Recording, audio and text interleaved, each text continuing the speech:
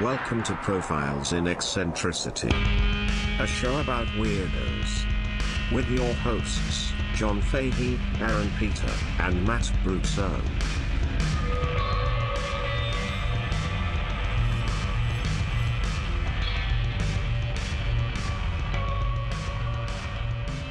Hello, folks. Welcome to Profiles in Eccentricity. It's a show about weirdos, doggone it. My name is John Boy. It is John Boy time. I am your host. I am John Francis Fahey. Joining me as ever, the pinnacle of perversion, Michelangelo's David Duchovny, Aaron Joseph Peter.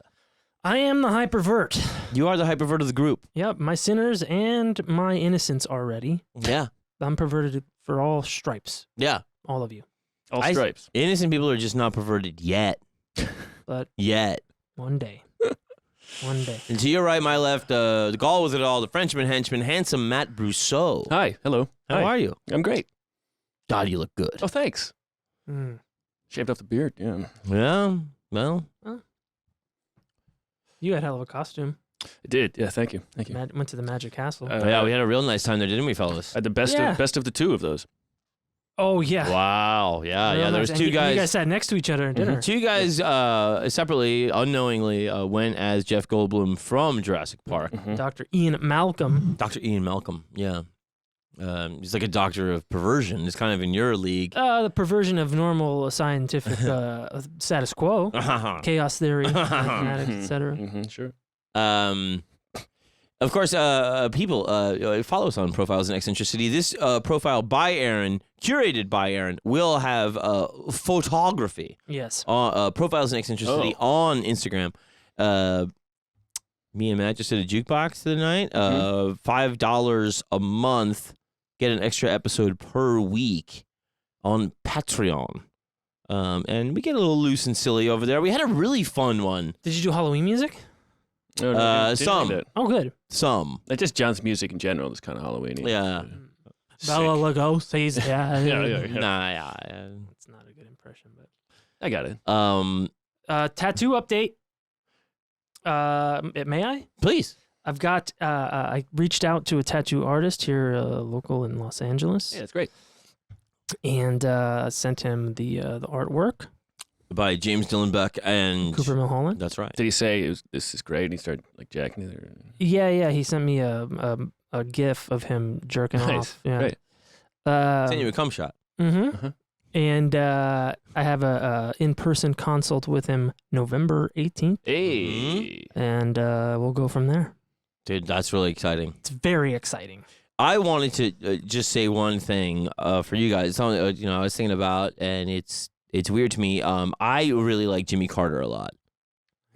The former president. Yeah. Peanut farmer? Yeah. I'm not. Matt, Georgia. Uh-huh.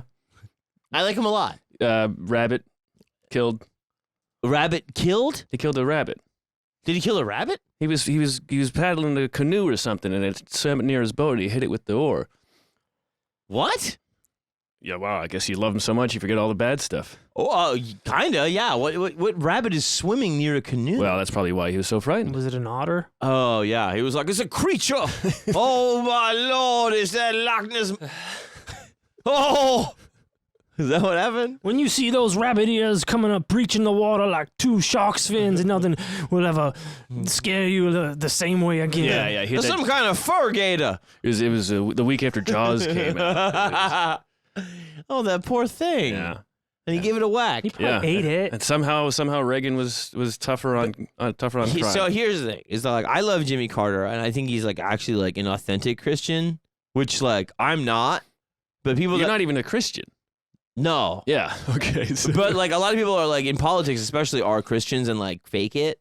Yeah. Oh yeah. And because then they get into office and they get like tons of people killed. Like Jimmy Carter in office was like, even with the hostage crisis and everything, he was like, I don't want to put anybody in harm's way. Like right. He's a guy that like legitimately prays every day. Yeah.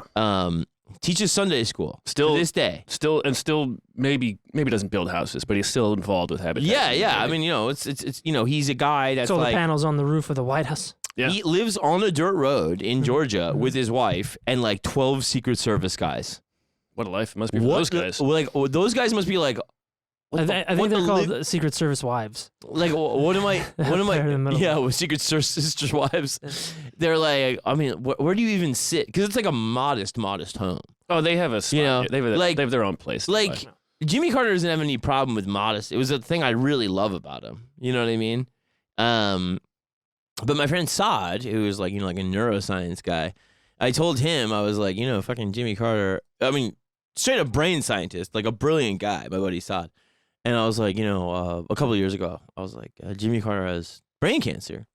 And he's saying, he's going to do his best to fight it and all that. Well, I guess that's good. Yeah. And he goes, oh, there's no fighting it. Yeah. He goes, it's a death sentence. Mm-hmm. And then sometime later, it's like Jimmy Carter's in remission. He has no brain cancer at all. And he's, back teaching Sunday school and all that. And I messaged my buddy Saad and I was like, hey, man. I was like, fucking Jimmy Carter is just fine. He's like, I don't know. I guess if you're fucking like rich or like an ex-president or something, maybe you can beat it. And I was like, okay. But around that same time, he had a grandson die. Oh. And I went back and I thought about me doing stand-up by Norm Macdonald. And Norm Macdonald talks about like, because like as we said in the episode about Norm Macdonald, like he had probably just been diagnosed when he did that special. Yeah. And he talks about death a lot in it, and it coming for him, and he goes like, it's like if it came for me, I'd be like, oh no, take my grandson. He's young and fresh.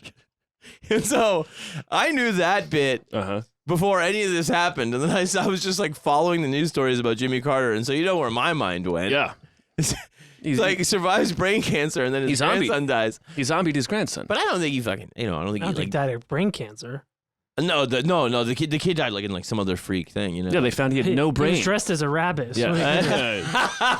He got bonked. But I was thinking like, I don't think Jimmy Carter made like a deal with the devil or anything to stay alive, But it doesn't seem like it. But I did, no, it doesn't. But I just think like Jimmy Carter like legitimately prays so much, authentic, like real prayers, praise on like his these. These are not crocodile prayers. No, you know what I'm saying? Like this is the real shit. These are gator prayers. But I think he just prayed so much that death was kind of like, well, you're so old, I got to take somebody. You know what I mean? Like, yes. That's like my working theory about Jimmy Carter. That's with your the work. brain cancer. Okay, well, keep working. So everybody just, stay alert out there. Have grandkids. Grandkids. Yeah. If your grandfather starts, feeling your head really weird, like I think like squeezing it like a it's so pumpkin. weird. I was saying to Richard Park, a friend of the show, I was like, he prays so much and like he's just such an authentic dude that I think like he's like, oh Lord, now that just we're talking in that thing. He's like, thank you for the brain cancer, for this blessing, oh Lord. Thank you for, If you were to give it away, I suppose I'd be okay with that. Yeah. No. I saw aliens once. Maybe they could help out. They come at night mostly. Maybe you're the same. Maybe you are the Lord. But I really do like the guy. I think he's like just not phony, and also like didn't get people killed, and that's why everybody has concluded he's a terrible politician because those are like the two criteria. You got to get people killed, and he was on one term, and you gotta be a phony Christian. I think that's there's a gas crisis and. Yeah, there's a lot of things going on. It was a time of crisis. Yeah, he wasn't like, willing to really be a bully because he's actually a good dude. Plus, not fit for the role. Yeah. Kind of, right? Like it's one of those things. Shithead. My dad was telling me, he's like when he was running, he's like, I remember just like he'd go like, my name's Jimmy Carter, and I'm running for president, and like the audience would just go ape shit, and it was like one of those things where it was post Nixon and Ford. Well, no, it was to replace Ford. Yes. Yeah. And it was just like, everybody was like, okay, that's 8 years of horribly corrupt Republican shit. And like, now we're ready. 12 years. Yeah. And then they're like, okay, well, now it's going to be a Democrat. But he was still like very folksy. And Americans just love that shit. So it's like, they just fucking loved him. But then, gas and the fucking Iran hostage thing, all that stuff. But he was just like so like, I don't want to put anybody in harm's way that doesn't need it. Yeah. I don't want to come make some big bully move about the hostage thing. Like he sorted it all out before he left office. Like it was, he just was like, I think that really a moral person that he was like, I don't care if my political career suffers. Right. I'll take it. Yeah. As long as nobody like dies that doesn't need to. Mm-hmm. I've got a story about somebody completely the opposite. I like that. Completely the opposite. I like that a lot. Somebody who would change his faith, declared faith, and belief system at the drop of a hat, who would have no problem putting people in harm's way, all for the sake of his ascendance to and maintaining of power. Mm-hmm. I want to talk to you about this guy named Dwight York, Ah. a.k.a. Malachi Z. York, a.k.a. Isa al-Hadi al-Mahdi, a.k.a. Dr. York, a.k.a. Dr. Love, a.k.a. Amunubi Roakta, a.k.a. Imam Isa Abdullah, a.k.a. Same speed. Chief Black Thunderbird Eagle. Hell yeah! According to a birth certificate, One. he was born in Boston, Massachusetts. Other sources give his birthplace as New Jersey, New York, Baltimore, or Ghana. Wow. Interesting grab bag there. But in one of his stories, one of his tales about being raised in Massachusetts, he went to Egypt at the age of 7 to learn about Islam with to see his grandfather, Sayyid Abdur Rahman al-Mahdi, the Imam of the Ansars in the Sudan. That's a lie. He was not. He went to New Jersey. Yeah. Upon looking into my eyes, foretold me that I was the one who would possess the light, whatever the light is. This dude is, oh God. So that's one of his stories from when he was a kid? Well, that's what he says about when he was a kid. Yeah. Right. He was born on June 26th, 1945. He would often say 43 or 40, whatever. He would fuck around with that. You know, you got to keep people guessing. Yeah, he was fun. He was fun at parties. He changed his name to Imam Isa Abdullah, and When was that? that was actually in his 20s. But actually, I have a little bit here about his use. At the age of 12, he said he had a religious experience in Egypt, and his grandfather told him all that bullshit. He started studying Islam. He moved to New Jersey as an adolescent, I think Teaneck, that area. Mm-hmm. And he would join a group that was very, the style of which was very commonplace at the time, which was a kind of pseudo-religious black supremacist movement called the Moorish Science Temple of America. Yes. And profile worthy. yes, Yeah. totally. You know, Because that would be like later 60s or something. yeah, and the Nation of Islam was big at that time, and there were a lot of kind of splinter style groups around that time, and a lot of racial strife and tension. So it was very unsurprising that he joined one of these groups. He would later join the Black Panther Party, and at this Moorish Science Temple of America, they preached tax resistance and black nationalism through this kind of like amalgam of Sunni Islam and Sufism, which is Sufism is like the mystical side of Islam. Oh, it's like the Kabbalah with the Jews. No way. Yeah. Interesting. I mean, I guess I'm just gonna say that. Yeah. We peddle ignorance here. Wholesale. It's cheap, baby. Yeah, he here's where he learned to kind of tie religion to race. Yeah. Which is a real expert move. And it's also you're not going to pay tax. Right.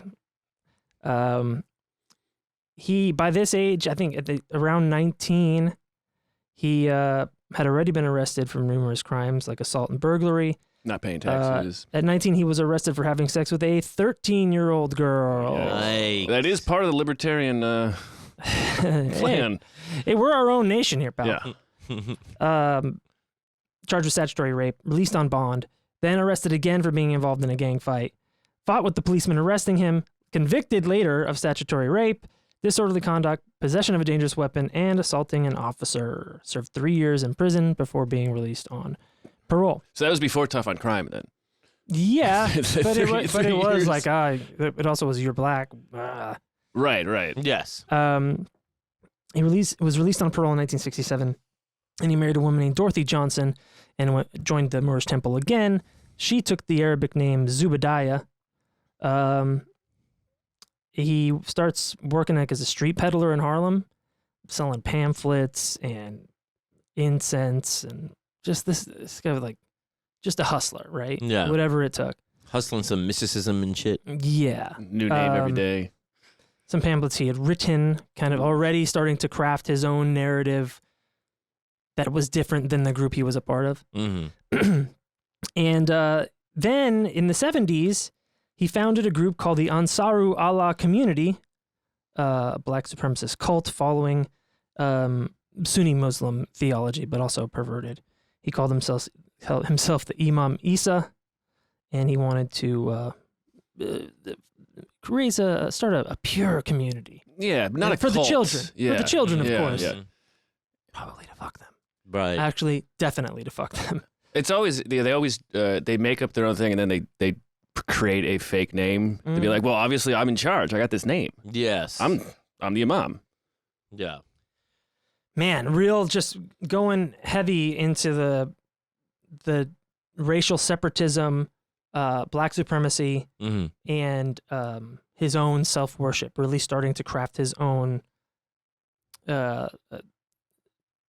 mythology about being a chosen one. You know, his grandpa told him that he saw the light or whatever. It's very basically stealing Elijah Muhammad's like entire game plan. Oh yeah, I mean he would just steal stuff from Nation of Islam, Yeah. including the mythology about how the white race was created by grafting jackals to yeah. the white race is just pig people Jackals. type of stuff. Yeah, Well, so there's a thing here too. I think it's necessary to say we are not jackals. that there is. Well, I don't know.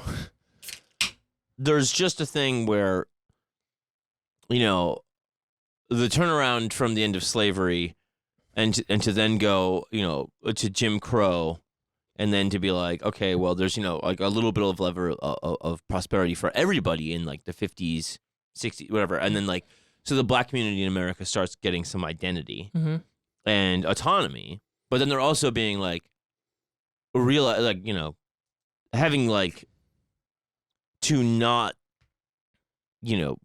be slaves, and then to come to terms like with this post-traumatic stress disorder of everything that's happened. And while still being second class. Yes. Right. But then you could have, like, and they kind of show that, like, that in the Many Saints of Newark, like, this thing, like, people coming around and being like, wake up, like, you are a second class citizen, like, this whole thing has always been unfair, you've always been relegated, to being,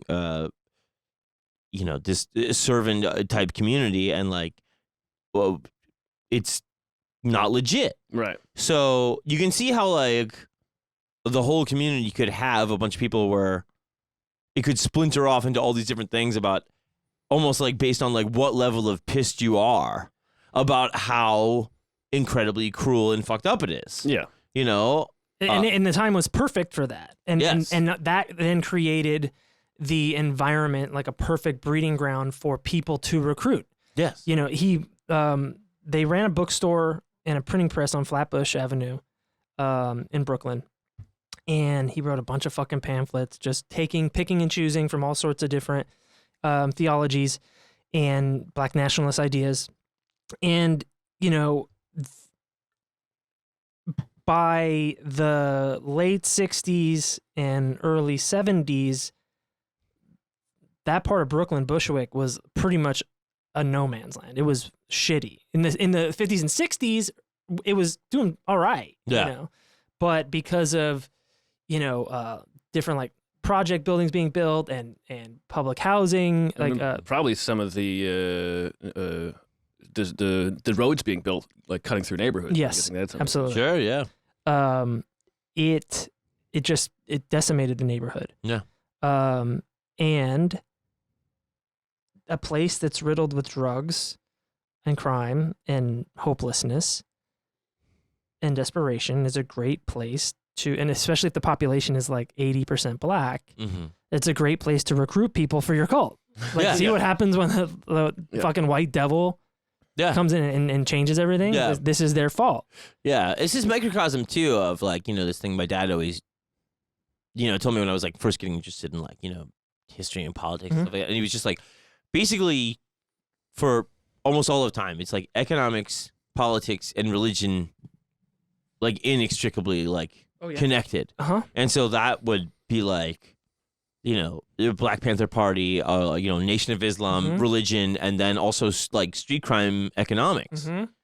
You know, they were all kind of like tied in the same thing, and like, you know, you would just be like, and you can throw. I think there's like as a sub one is race, like a like an add-on, not as the tied together as the big three, but it's nice, if you can get that in there, ooh man, you can. Control some people. Well, if anything, that. The racism of America pushes those three even tighter together to the point where, like, you know, there's people in the Nation of Islam that'll be like, oh, fuck drugs, but also like, give me the money from it. Yeah. You know. I mean, and the church was the main meeting house. It was the community. Yeah, there were tons of Nation of Islam temples around. I mean, especially the eastern seaboard. Yeah, then they went west a little bit in Chicago, but. You know, if they're in a town and there's white people in the town, the white people are probably running the school board. They're probably running the mayoral office. So the one place you have your own community where whites aren't is the church. And oftentimes they would self-police and stuff like that. Yeah. So in 1972 in Brooklyn, there was a shootout between the members of the Nation of Islam and the cops. I think the NYPD. Yeah. NYPD guy got killed. Odds are. There was a trial. The Nation of Islam member Dupree was acquitted, but there was still like just this. Oh yeah, somebody's got to pay. And you know, this guy York was like, "All right, we're gonna be not so militant, but we still are going to preach all the same racist, hateful." Wacky shit, but will look better by comparison. So, he goes to Africa, and he goes to the Sudan, where apparently he's got roots or whatever. He meets and marries another woman, Fatima, and they have 2 kids. So he's still married. Yeah. Well, yeah, you know, you can't take the. He comes back and Dorothy Johnson. Yeah, well, her name was. Was it Dorothy Johnson?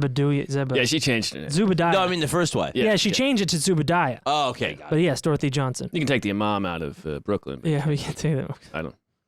He's an imama's boy. Yeah, very nice. Nice. So they have a couple kids, right? Comes back from Africa, and he meets with this group of Sudanese Muslims called the Ansar, and he says like, "Oh, I'm going to set up. If you give me money, you can stake me, and I'll set up like a branch of this in the United States and New York." And he's scamming them, and he comes back and he starts the Ansaru Allah community. So it's kind of like it's again another perversion, just a little tiny bitty change. The Vanilla Ice theory of yes. Copyright. I'm not them.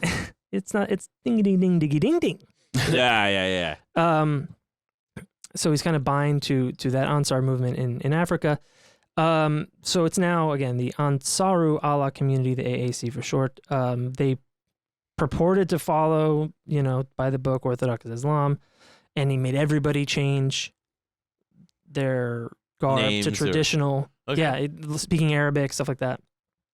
And they got, I guess, they became pretty well known with other New York Black nationalist groups at the time. Like I said, they were not militant, at least not overtly. And they found, there were plenty of kind of centrist, middle of the road New York Black Muslims who didn't want to be involved with by any means necessary. Right? Yes. Right. So, or I think just understanding that it was a good way to get killed by white people. Yeah. Sure. Just that's kind of the subtext is You know, I'm as pissed as anybody, but like, I don't want us to get fucking purged. Or at least, yeah, and if You know? if you're gonna do that stuff, don't be so upfront about it. So I think he learned a little bit of that surreptitious nature as well. Well, yeah, they killed Martin and they killed Malcolm, and so They're gonna kill you. Yeah. You know, I think one of his sons remembered his dad York saying, "I got this new thing: black power mixed with clean living." And to his credit, he bought like one apartment building, and then eventually kind of With money from the religious group? yeah. So like selling pamphlets, having people basically work for free. Yeah. With quotas of how much you got to bring in. Yeah. He also kind of got some money from someone else. I'll get to it. But people were like living in these buildings, and if he bought another building, he'd paint it the same. So he started kind of building a commune on Flatbush Avenue, Wow. just in public. And so it'd be like one building at a time. It'd be the same paint, and Yeah. go, they're growing. yeah, He's And- building a brand. exactly. Yeah. And here's the thing: in that time in Bushwick, especially, like it was, like I said, a no man's land. At least if you were white. Their stretch along Flatbush would like people would park there on purpose and walk other places because they knew their cars were safe there. It Wow. was like the one, I think Jimmy Breslin of was it Newsday? Maybe New York Post, maybe. Yeah, whatever. the Post. Yeah, He said, famous New he York- said like New it was York- one New of York the writer. the stretches in New York that didn't have any drugs. Wow. Especially, Oh, for real? it's a hot time for. Yeah. Yeah. That was like they were saying about, a mob controlled Vegas. Yeah, A woman could walk alone Right. because it was just Mhm. like, wow. yeah, and throughout the 70s, like they flourished, and for a time he had people like, when he started, it was just people living in his small apartment. So those are like the diehards, the apostles that are out there really getting other Pushing people out. it. Yeah. And then, but throughout the 70s, they had at least they had buildings in like a dozen major American cities. According to one former follower, York had between 2,000 and 3,000 followers during the 70s Damn. around the country. Wow. And buying property with them. Yeah, and their headquarters remained in Bushwick, Brooklyn, for quite a long time. I want to say 20 years, 15 years. And he had 500 people living in 20 apartment buildings that he owned. So 20 apartment buildings painted the same, Yeah. kind of like a urban commune type of thing, right? Yeah. I like the it's a commune disguised, or it's a real estate deal disguised as a commune. Yeah. It also, though, does have, something to the outsiders, Oh yeah, absolutely. which is like, you're not going to get away with shit with us because we're all on one level. Mhm. And so it's inherently like self-protective. Yeah, don't- and you it's don't- also advertising. Look how nice this stretch Right. of Brooklyn is. Yeah, yeah, like- where the building is painted this color. Yeah. All, like white and green, I believe. yeah. If you're on this street that's like adjacent, that sucks. Look at this We street. must be doing something right. Come find out. Yeah. Are there any stories of them going to the other streets and like beating people up and doing drugs there? Yeah. Oh, okay. They operated bookstores, gift shops, a clothing store, even a grocery store, all next to each other. Apparently, he not just in other U.S. cities, but also in London and Toronto and Trinidad. Fuck. Yeah. It's like the NFL. Yeah, he was. Fuck, man. He was a really weird dude. He's making money with these little business ventures. Everyone's working for free. You got to give up all your fucking money. Yep. To go and sell your possessions. But I'm guessing so the housing is kind of subsidized. Yeah, you don't have to pay for rent. Yeah, But you also don't get paid you don't for get, anything. You don't get any savings. Yeah, but it's like that thing of like, it's this spiritual journey. Dinner's coming. yeah. You have a place to stay. Yeah. But all of the fruits of your labor kind of go up. But you're like, oh, it's the crusade. Yeah. Yes. And that was the thing. I tell you, like my boss was like, when he was in a cult in California with white people, he was just going like, oh yeah, we started all these businesses. All this money is like, It's going somewhere. it's going somewhere. Yeah. But also like, some of the people's kids don't have shoes on their feet. Yeah, dude. That's Like- par for the course for cult Yeah. shit. They need a shoe division. Well, they get those from China. Oh, right. Real slave labor. Well, similar slave labor. So check it out. The men in Brooklyn, in the Brooklyn, branch, men had to go out and sell books and incense on the street. They were expected to bring back $100 a day. If they didn't, they got beatings. Yeah. And so, like, imagine you've got 500 people in Brooklyn. Let's say 250 are men, each bring in $100 a day that they don't ever that goes straight to the kitty. And then women, I'll get to the women. Some of the names of the books that he in pamphlets,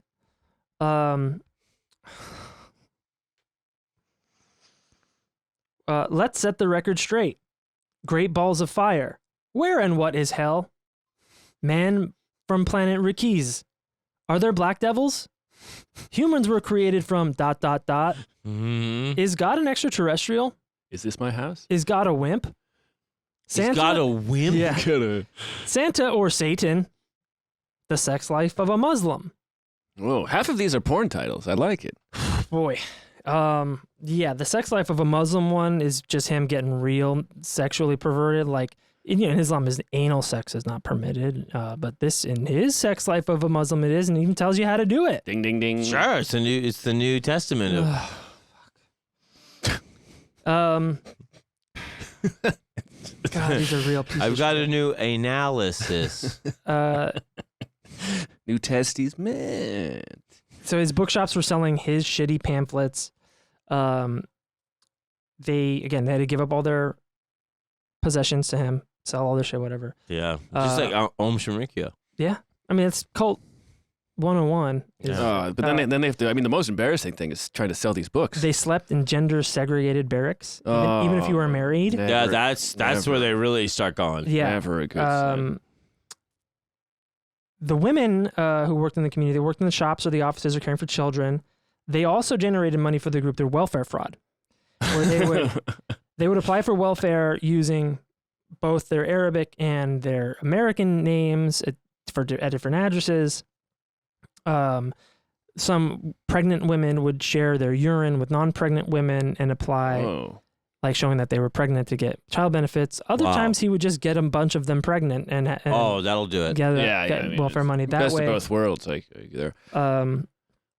If the married couples who again lived in separate barracks wanted to have sex, they had to ask for permission and use a designated room, probably a two-way mirror camera. Yeah, he's watching. But he didn't have to ask permission to fuck anybody. Of course. He's the man with the light. He's the imam. He had to learn about that anal sex. I mean, I had to teach him about it. Yeah, and he. So suddenly the you don't have to pay for your apartment is rendered rather mute when you're forced to sleep with. Bit more transactional. Yeah, isn't it? Could I pay extra to? Yeah. I fuck my husband and only my husband. It's very no. Fuck me. It's very telling that like the men are supposed to do like a normal sort of job, and for the women he's like, well, you do something illegal. I'm kind of surprised though that there's like, I'm not surprised, because once you're in that shit, you're in it. But like, just that like, the beatings for not delivering on the money. Well, it's kind of a thing where you think like, oh, people could be like, oh, something's wrong here. Well, I would have to imagine that people who are predisposed to cult living have some sort of trauma or weird psychological issue already, right? Either they're looking for a strong person or they are victims of abuse themselves, which is very common back in the day. Kids get beat all the time. And then, that's... If it's what you know, then it's what you kind of come to expect. Right. People in, painting with a broad brush, but people that join cults got some issues. Doesn't mean they're insane. Right. But they've got some issues that's what they drive. Just like. Yeah.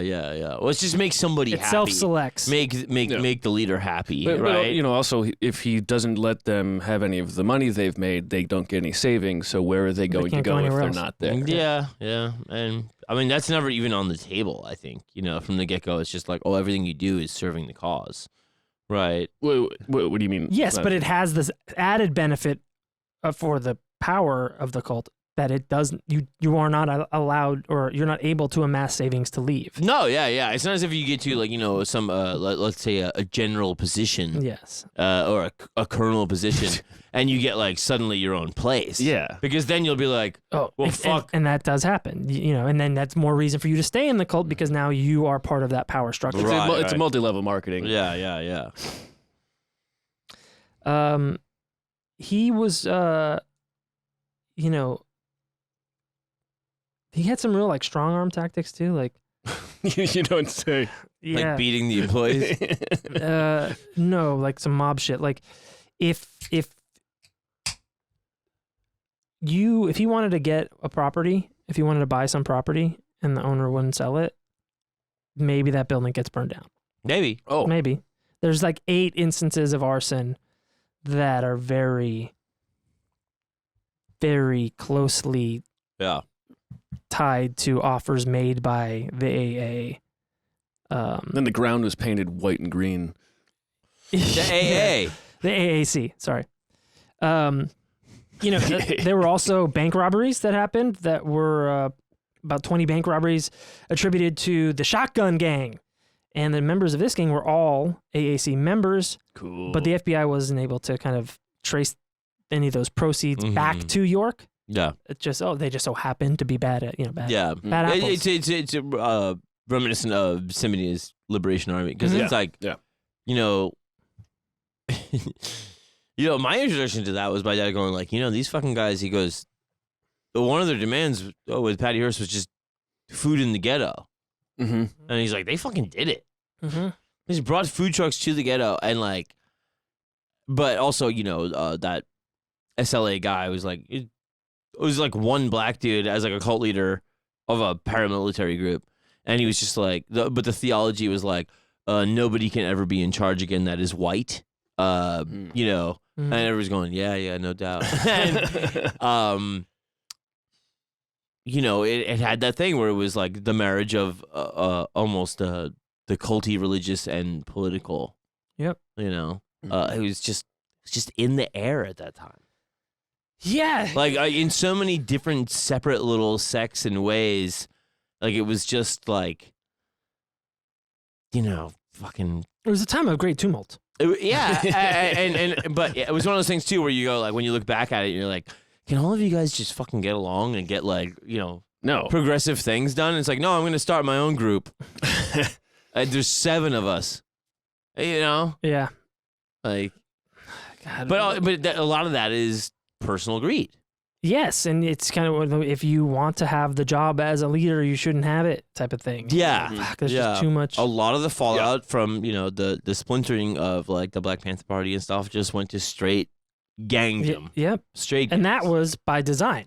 Well, I mean, it also helps because it was the economic being the most deciding factor. Mm-hmm. Well, also the FBI kills Fred Hampton. Yeah. And takes away the charismatic, it's- young, thoughtful leader Yeah, of the group. and there's COINTELPRO and Yeah. just Sure, no doubt. I mean, a stacked deck, but also like people still being there, being like, okay, well, fucking like, I look back at it and I'm like, there's too much focus on robbing the own community instead of robbing white people. You know what I mean? Right. Well, But the way when you rob white people, then you're gonna get fucking murked. Yeah. Yeah. Like it's just like it's so tragic and like just a couple of people like trying to live well above Mhm. the rest of the community that's suffering instead of like actually like being like, yo, let's get some shit done. Yeah, but like you said, this deck is stacked against you, and so then it's like, well, I'm just you're, And it seems impossible. yeah. So then you might as well just Right. get yours. So another thing that they would do is that like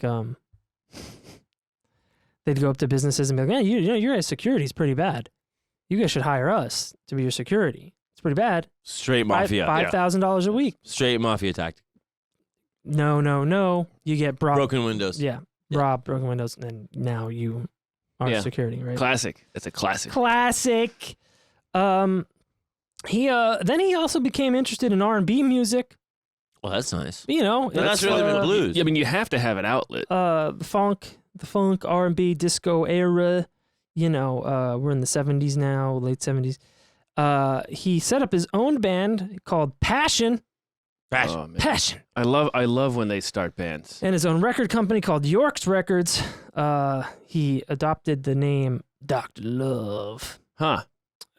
He made some bullshit about my plan is to spread the message as far as I can, and that's why I'm, adopting this very Popular music. Western white devil popular music.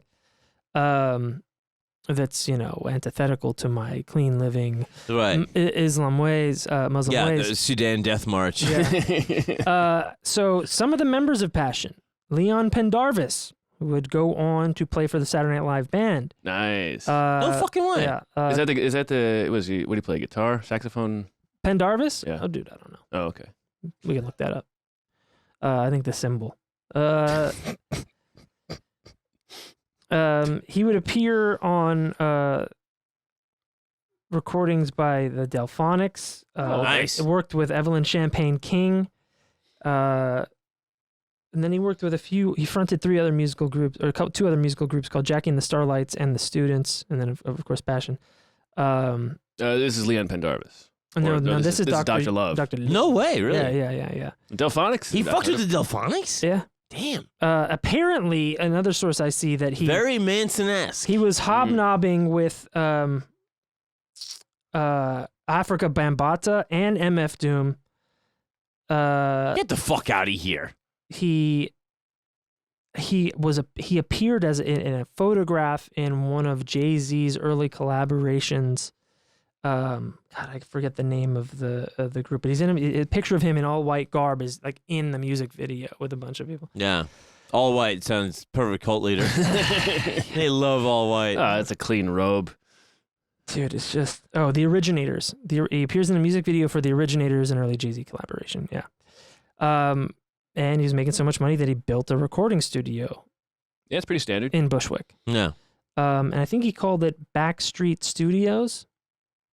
And there would later be some Backstreet Girls. Oh, God. Is that after the Backstreet Boys? Way before the Backstreet Boys. Another ripoff. White culture. White people taking the black man's shit. And I think the Backstreet Boys too were molested. Yes. So they really went with their accuracy. Another thing. God. Back to Backstreet, I guess. Yikes. So back to straight up cult shit. So he's established this. I'm a narcissist, megalomaniac, egotistical piece of shit. So of course I want to be a rock star. Yeah. Right? Yeah. Father Yod had his fucking band. Yeah, It was a That's what nightmare. I say. I love when they start. I learned a couple things during the research of this that who's the Heaven's Gate guy. They had music. And Music brings people together. That's what the cult of course, is for. Marilyn Manson and also David Koresh. Yeah.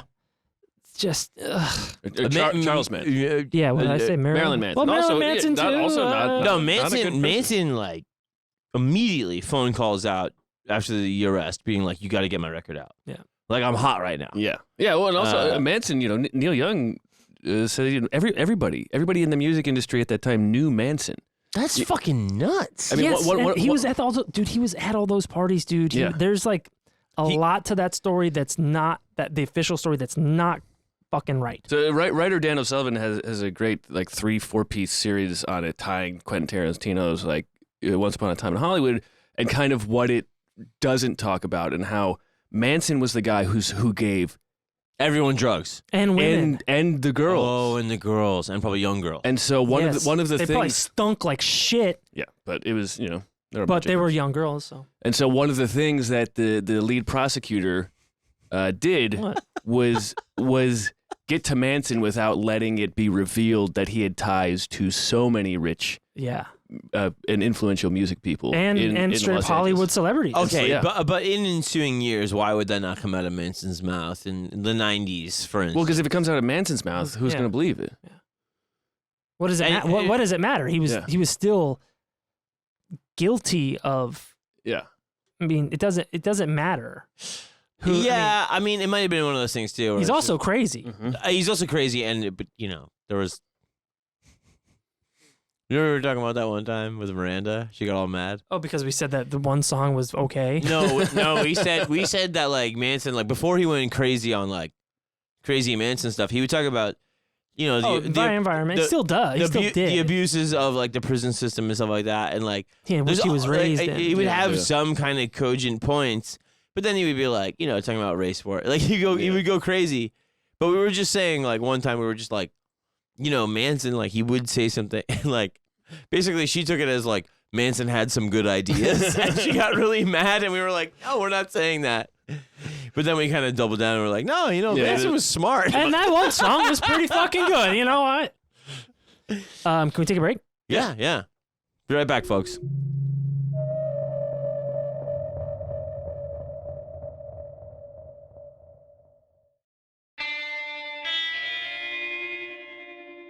And we're back. Thank you. So where do we leave off? Well, there was all kinds of kinky... He was fucking a lot of shit. There's all kinds of kinky... Maybe that was my dream. No, there was some kinky shit. He was having sex with... Dry? There was the welfare fraud, having the children father. He would eventually have over 200 kids from his cult members. Well, Good God almighty. You only have to have sex 200 times. Well, I guess. I mean, that's the bare... Well, I guess the bare minimum. I guess you could have twins or whatever. But, I mean, he had sex. He certainly did. I don't feel that way. He like I said, possibly about 200 of his kids had 200 of... He had 200 kids from his cult members. That's 180 more than Matt Brousseau. And a lot of those women that were impregnated were underage. Oh, God. Now, I'm going to get to kind of... It's a cult. So there was this guy in 79, there was this guy, Horace Green. And he was like a community advocate kind of guy. And he lived in a single-family home on Bushwick Avenue, just a block down from one of the AAC mosques.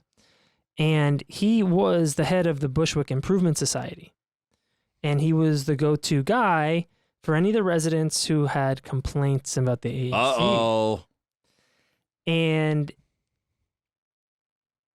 he was straight up murdered one day in 79, April 19th. And somebody pointed out that whoever did it, there were eyewitnesses wearing AAC garb.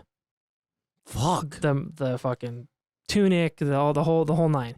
And people thought it was like too easy of like it might have been like a false flag type thing. Conspiracy theory, or agent provocateur. It was just But like, the other end of the spectrum is message to the community. Yes, right. And the issue was that Horace had used his position on the planning board to nix the AAC's plan to buy an abandoned hospital and turn it into housing for their members. And right after that murder, a guy named Roy Savage. There was a guy. Roy Savage, a.k.a. Hasim the Soldier, I think they called him. Cool. Hasim the Warrior. That people would say he did it, and including the FBI later in the 90s, they were like, he was our number one suspect for this, but they didn't have anything to time to it. Okay. This guy, Roy Savage, right after the murder, moved to Newark, New Jersey with 3 of his like wives from, because he was like high up. He took 3 of his women from the AAC and moved into an apartment in Newark. Actually, a pretty nice apartment because he had them work in the street selling incense and oils and pamphlets. And the woman whoever made the most sales that night was able to sleep with him. Damn. So he was running the same, game that York was doing. I only have one source for this story, but it's pretty compelling and it seems real gangster. That a family member of one of the women confronted Roy Savage about the abuse that he was perpetrating on their family member and the other woman. And just in the most gangster moves possible, he made one of his wives, this family member, lick the sidewalk in front of her family. Oh, God. Oh my God. And the Newark, New Jersey, hi, no thanks. So it's now, it's 83, and one of these wives that's living with him, Carolyn Hubbard, probably piped up, said something she shouldn't have done, and fucking he stabs her in the neck and kills her. Jesus Christ. Another woman, Jackie Cobb, tries to like stop, and she gets stabbed to death as well. So tries to stop him killing her. Yeah, and she gets stabbed. There's an 8-year-old girl in the apartment, daughter of Carolyn's sister Cheryl, was there. And Roy's like, get in the fucking bedroom, and he drags those 2 bodies into the bathroom and butchers the corpses. Oh my God. He makes Cheryl help clean up the bodies of her sister and the other woman. Oh my God. He hacked the bodies into pieces, put them into suitcases. This son of a bitch, to just further really put the icing on the cake of evil and psychological domination, cooked part of them in the oven and fed them to the other women. No. Yeah. Ugh. Parts. The most of Is them. there like drugs behind that? Yeah, so I found some. I was looking through some of like the actual court 'Cause that transcripts and stuff. seems- Is that he was freebasing every night. Yeah, that's another level. Yeah, he was doing a lot of Oh yeah, that freebase seems coke like I guess like and drinking and methy, smoking weed. like, But what, it's just Fuck. real. Yeah. And I think some of them were because then you're freebasing as- part of it is like kind of the deal. Yeah, Like now if you, Yeah. you ate the bot, like fuck, dude. Oh Dude, my God. Did he move out there Oh. perhaps because he was part of that murder of Horace Green? That's I think the conventional wisdom is that he left. Then that further like that's just another like check mark on his guiltiness or his guilt. And also the idea that the ensuing paranoia over it Right, would result Get in the fuck out of town. more and more crazy actions, though. Yeah. And they were starting to get some FBI heat at the time because of the arsons and the robberies and the strong arming. The feds were taking notice. Yeah. When it's organized, the feds will be like, "Ooh, That's our job. Fuck. Mm-hmm. Yeah. So I mean, dude, the place fucking stunk. And so like he's lighting all the incense that they're supposed to be selling, all the candles Yeah, that's the product they got. Because the bodies are still there. for a moment. He's cooking them. And it's not till a couple days later that he fucking puts the suitcases down into his car. Candle's still going. And apparently, like, what the security guard in the lobby wrote, "Stinky!" in his log, like, stink, stink, stink. But, like, nobody reported anything. The security. He took the suitcases, some apartment in Harlem where I think he was freebasing for a couple days. Yeah, I imagine. Jeez. And then That doesn't stop I after you think kill at somebody. like this party, a drug deal went bad and somebody beat the shit out of him and threw him out of a window. And then so he goes to the hospital. Christ's sake. While he's at the hospital, smoke is like billowing from the apartment because all the candles and shit and like a small fire. God. Fire department shows up. They put out the candles and they notice there's a suitcase with fucking fluids Oh no. seeping out the bottom. They don't do anything about it. Where's the? I think Well, they're the fire department. I mean, they're not the suitcase I think department. there's necessarily like stains and just like this looks like something went on here, but no, again, nothing happened. Someone left. I'm the firefighter, not a crime solver. Someone left a pile of meat in this thing. Well, where's the 8-year-old in all of this? Oh, I don't know. Oh, okay. I don't think they know. Probably in the fucking Yeah, probably. freebase den. Let's go. Probably in the DARE program. Yeah. So somebody goes to the hospital. They tell Savage that the fire department's been to his place. He rips out his IV and runs like basically buck naked, other than his hospital gown, all the way back. Good Christ. This is all the way back to Newark. He's Dude, just the police or the neighbor calls the cops because they see this fucking maniac running into a place that the fire department's at. There's the smell coming. I don't think he's They with the find fire blood stains but department. no bodies. They don't unzip the suitcase. Well, he probably took it out took it after. out. Wow. Yeah, the neighbor was like, a naked man came in and Yeah. took out a suitcase Yeah. bleeding. He eventually like burns one of the suitcases and threatens other people. But He threatens what? the threatens people himself. involved, like around, but he Looks in a mirror and threatens himself. he eventually does get arrested and tried and convicted from he got the death penalty. Fuck. How do you got? Do you know?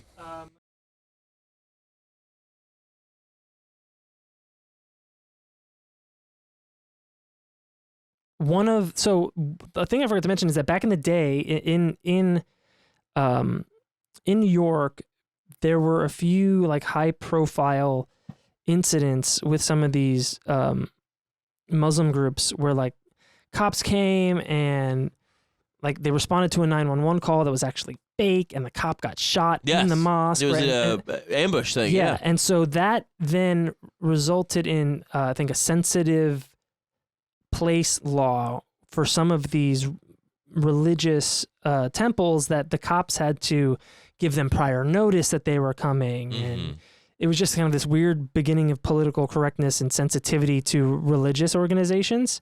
And also, so they were getting away with a lot of stuff. And so one of the detectives involved, one of the cops involved with the Roy Savage murder case, just was like, well, I'm black, so I'm just gonna dress like them and walk in to one of the temples. And so from there, he was able to like get some stuff on Roy. All these white cops are sitting around going, how did we get in there?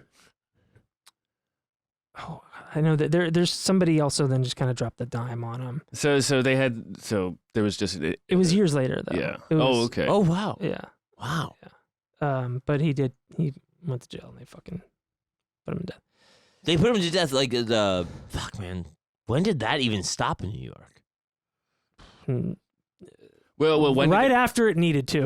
I mean, there's the end. When did it stop, and when was it the law taken off the books? There's a whole because in California we haven't put anyone to death for a while. Well, we have the death penalty. Yeah, exactly. It's still legal here. here. Yeah. I'm sure it lasted far longer in New York than it did in California. Like probably a lot of people would sing and stuff like that. Mm-hmm. Yeah, let's see. He I'll tell you what happened to him real quick.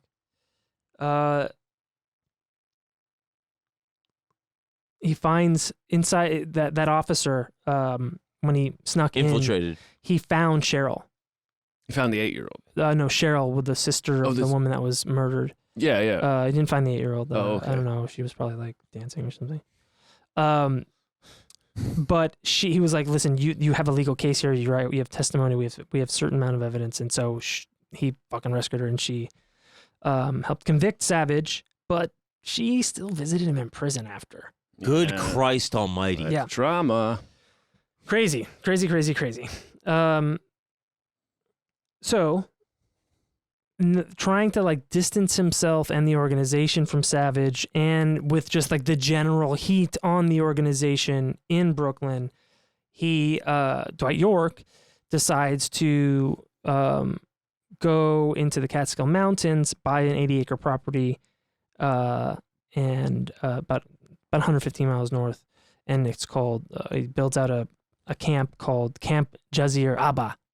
Or ABBA, if maybe he was into that kind of disco too. Yeah, Dancing Queen. Yeah.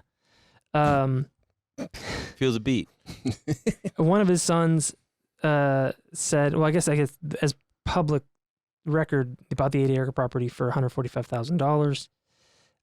And one of his sons said that he spent about $5 million to build a mansion on the land with a swimming pool and, of course, a recording studio. Yes, of course, yeah. Man loves music. He's Dr. Love. The women and children Passion's lived in back. basically like storage containers, just like trailers. Oh God! With like just bunks.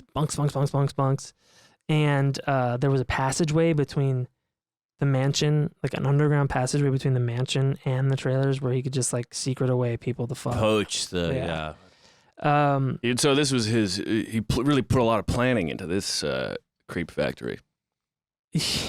Yeah, creeps plan. Yeah. Especially cult leader creeps are like, all right. Oh yeah. They're wily. But if you do read some of this guy's writing, this guy could not spell or write for shit. It's horrific. But that's kind of like the Nigerian Prince scam or some of like these junk emails. Like they're getting people who don't notice it, and so they're already kind of like they can they cannot poke through the holes and see that it's a scam. Mm-hmm. So that's how like the deliberate misspellings and all that stuff is like on purpose to be like, Yeah. are you a sucker? Although with him, I think he was also kind of like semi-illiterate. Right. And so there was a group of girls there called the Backstreet Girls that were just like some of the hot young girls that would do extra favors, and they would get to go to the Backstreet studio in Brooklyn, and like they'd see him like, you know, kind of act like a normal human being there. They would get to eat Western food like pizza and soda and stuff like that. Dude, it's just Well, you say Western, like they're not. yeah. I mean, they're eating shit food up there at the cult, Oh, gotcha. or at least like, you know, pure food or Right, whatever. not Western shit food, not Right. pizza and soda. But are you saying like they're not from the West? Well, no, they are, but they're not. Everything's restricted when you're on the compound. Right, Sure, of right, course. right, Yes. Man, they, you know, for the most part they kept quiet because, and you know, you give people certain privileges, it makes them even more invested in it. Yeah. Right. And so Well, especially when you And set able the to police the rest. that's exactly what he did. when you set the bar so low, you know, and they're forced. Any little bit of freedom. yeah. And favor, you know, just like, you know, everybody wants to please this guy. So you're like, oh, well, you know, I'm, you know, this level of lieutenant or Yeah. whatever. Like, fuck these people. Shut up. You know, like, Right. You know, and is this like, you know, by this point, is this like the second generation that has been with this group? Oh Like- yeah. like people Well, some who- people are born into They're it. born into it. Now Yeah, they're by like, this point now they're born 20, into it because they if don't they're like, know. if a 15-year-old's having a kid, by the Yeah. time they're 30, the kid's 15. Like some of them are already born into it at this point. You know, and they were just doing sexual favors for him, recruiting other girls for him, yeah, that's all children of God shit. training young girls how to do stuff, like teaching how to give blowjobs and stuff like that, like as young as 6. God fucking damn it. Yeah. Malik is one of Dwight York's sons. Was one day snooping through his father's shit at Camp Jazeera, and he found a video. And the video was marked with the name of one of the Backstreet Girls, a girl that he had a crush on. And he played the video. And it's her dancing naked on the video, and he confronts her about it. She's like, oh yeah, I sucked your dad's dick last night. Whoa. Got in a bunch of arguments, and then Dwight threatened to nut one of his other sons with an ice pick. Malik pulled a gun on his dad, and then he was like, "Fuck, I got to get out of here because if I don't kill him, I'm gonna be killed." So he fucking books it. Whoa. Yeah, there was like a civil war going on. Holy I mean, shit. When you have 200 kids, there's one of them. One of them's bound to step No, but up. that's also the same thing we talked about with the Lost Boys in Mormonism. When they have, you know, the guys are like, oh, I'll have, you know, 1 million young wives, but also there's as many boys being without wives. So Right, you right. have to push you have to push Discarded, them yeah. out. Yeah. Mhm. So Yeah. those guys would go out of like those like, you know, polygamous compounds, and they just be like, you need to get the fuck out of here, so you're not a threat to my accruement of wives. Yeah. And then they're like, I don't even know what how to fucking live. Mm-hmm. So I mean, same thing. Yeah. Oh God, what a nightmare. Unless you're Dwight York, then it's a dream Well, no, you I don't think it's a fucking dream for Dwight. For the guy who's running the cult, it's probably incredible. He loves fucking everybody and kids, and he gets to do it, and he makes bad music. Yeah, but that's like saying it's a dream to be Hitler. You know what I mean? For a while, it was for him. oh boy. For him. No, I know. For I him. know what you're saying. If you're doing all this stuff, I have to imagine you start to buy your own bullshit. Oh, I'm sure. Oh, Yeah, absolutely. yeah, yeah. I mean, although he did say that, like, oh, dude, I don't care what religion it is, I'll fucking pretend to be a Jew, and as long as I'm fucking living. He would it. say that. Yeah, he said it to one of his sons. He knew he was a con man, Yeah. but Well, of course. God, No, I guess I could see how you could lie to yourself. I mean, yeah, and that's think more. Joseph Smith too. That's same deal. so he's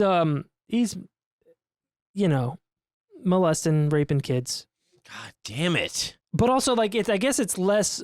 I mean, to us it's rape, but to them, because they're in that system, it's less rape because they're indoctrinated into service. Yeah, I mean, you don't have to.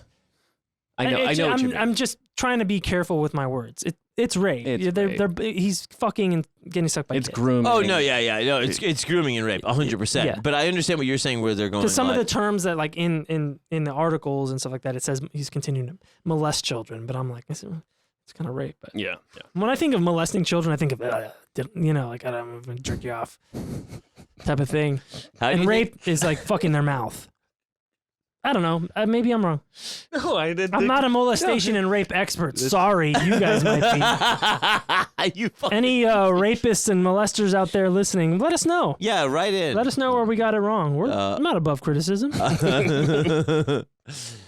Yeah, no, I understand. There is a thing where it's preying on with that broad of an audience, especially. It's like an audience with the leader is so fleeting. Yeah. If there's hundreds of people that you go like, oh yeah, I met him and I sucked his dick. It was great. Yeah, I'm part of the chosen circle. Yeah, you're like, I hopefully will talk to him more. You know, it's brainwashing. Oh, it's terrible. It's just fucking. I mean, just. So now he's fucking everybody and making music, and he starts kind of not being so Muslim. Well, he's done that thing where he's now isolated the cult from regular society. Yes. So like Yod taking it to Hawaii. Yes. So where they don't get a glimpse of what normal could be. Right. And then that's when they start to go really weird. Yes, and that's that's an astute observation. Because then the cult is your personality. Yeah. Yes. And you don't have to pretend anymore. He's not. The gang's all here. And the walls are up. Yeah. And so he stopped showing up to like the Islamic naming ceremonies. He stopped speaking in Arabic. He starts wearing fucking jeans and t-shirts and shit. And then can't be good. And then he starts just like mixing in like ancient Egyptian mythology in the 80s and Native American themes, and like talking about how like, we're the Egyptians that crossed the now gone land bridge to the United States, to America, and we're actually Egyptian, Nubian, Moors, and Native Americans, and so we have our own sovereign nation type of stuff. And he was incorporating that into all of his shitty pamphlets. At this point, they're just handing the pamphlets to each other. Oh, I mean, they still are. He's still selling them in the established stores. Like still in Flatbush and stuff like that. Yeah. Oh, gotcha. Okay. But where are they again? Like they're in the Catskills. Catskills. Yeah. And then it's haunted. Well, on my side of the mountain, there's some good books about it. And then, 90s, 90, 91, like everyone around him in that area starts like being suspicious of him in the way that people started getting suspicious of him in Brooklyn. So the people on the outside of the compound. And he changes the name again to now the United Nuwaubian Nation of Moors. Should just give him Dave's Bar and Grill or something. So really, really, really localize it. And he couldn't, he was getting frustrated that he couldn't just build whatever he wanted on his land and had to get permits and stuff. And so the county's like, yeah, dude, stop. What are you doing? We need to come check this out. And he's like not letting people come. He also had a tax bill of like $200,000 that he wasn't paying. And so he has but can I build? What? No. If I build it, I will come. Yeah. Hopefully he's not just fucking everybody there, but we can't see that, but we can see the building. So. And so he has like one of his higher up wives like start looking at places in Georgia to go to. Georgia. Down there by Jimmy Carter. Well, I found a nice peanut farm you could purchase. I promise I'm not a rabbit. And so in 93, he tells everybody there on the compound at Camp Jazeera, like, in 2 days, we're moving to Georgia. And pack your nothing. And so he had like a select group of his followers, like, we're going. And then he just like, everybody wait here until I call for you. And he left behind $100,000 in unpaid bills. Oh, that's less nice. Not in debt. Negative $100,000, Matt. It left a bunch of women and children behind. 60 people living in double wide trailers that were like the harem quarters. Jesus. shut off the power and the gas, pulled windows out, like took the windows and shipped them south because I guess you needed to keep those windows, like, and just fucking You never know when you have a good left window. behind, dude. Just peaced out, left Whoa. them, just Fuck. fuck them, fuck off, bye. I'm taking my most. For of how it. many people? He left about 60 people Jesus behind there. Christ. Yeah. And then- 12 windows. And then he changed his name in '93 to Malachi York, and in a number of titles like the Supreme Grand Master Dr. Malachi Z. York, aka Naya Malachi Zodok El. I don't know. I think they might be related to the House of El of Krypton. Yeah. Yes. I'm Dr. Love. You also know me as. And so then he fucking changes, like when he gets down to Georgia, it's in like Putnam County. Wait, what's the significance of Putnam County? Oh, it's just kind of, it's not Atlanta. It's okay. bumpkin-esque. Yeah, I don't yeah. want to say bumpkin-esque, but it's, it's bumpkin-esque. rural. It's rural. Yeah, it's right? rural. He just has everybody start dressing up like cowboys and Indians. 10-gallon hats, jeans, boots, spurs. Like neighbors are like, We gotta fit in.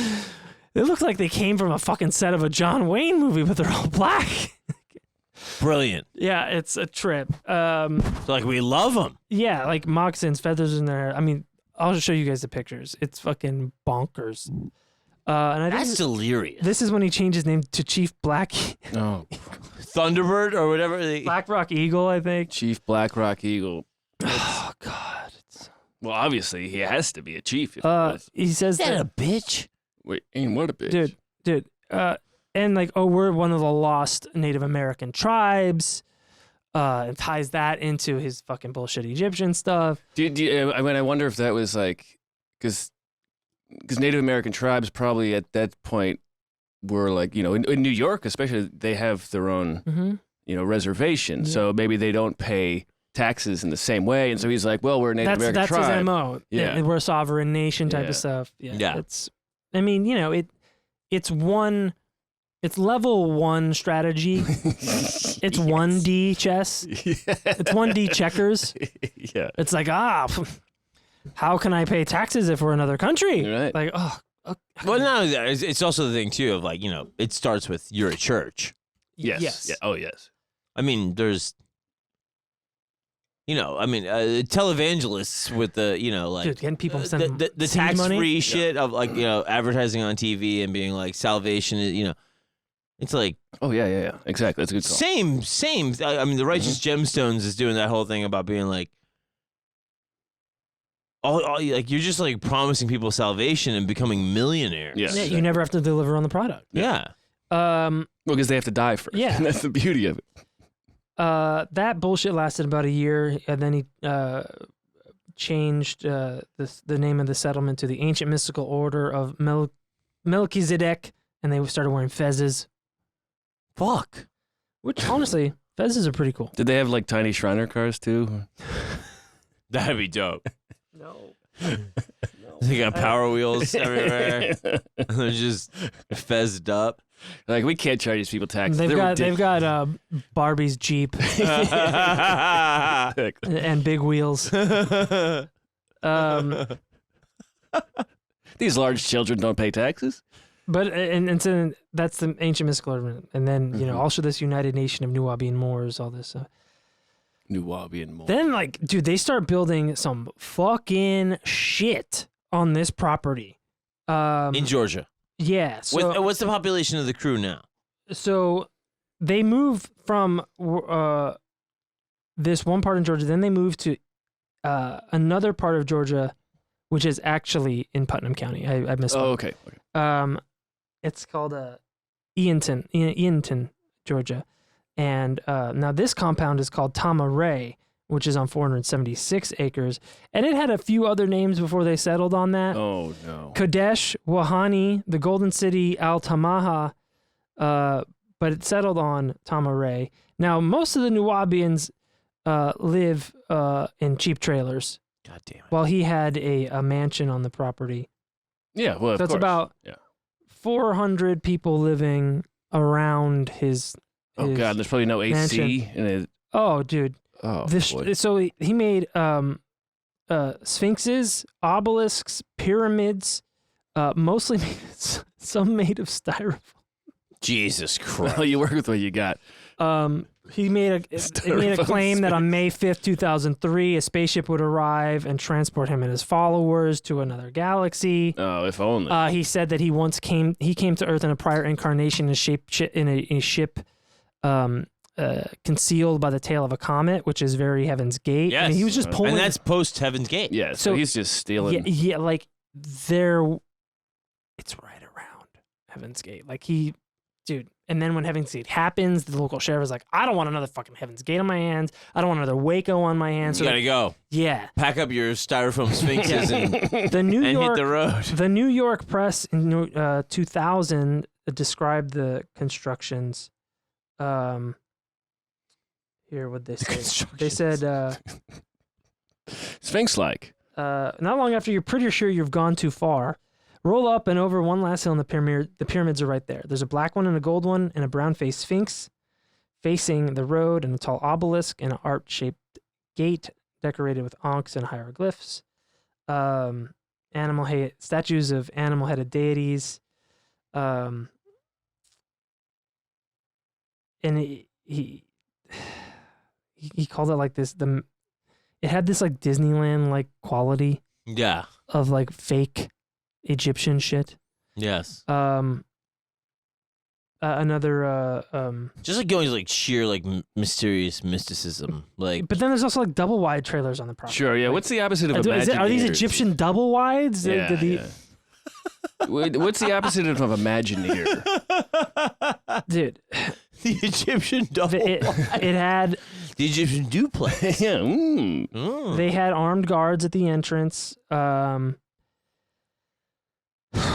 mean, you're not gonna fuck around in the 90s with the Deep South with the weird shit. A bunch of black guys with guns at the entrance of like they're gonna be like, oh, there's nothing but evil brewing in there, like, you know what I mean? But it was also it wasn't totally open to the public, but it was like it had a gift shop.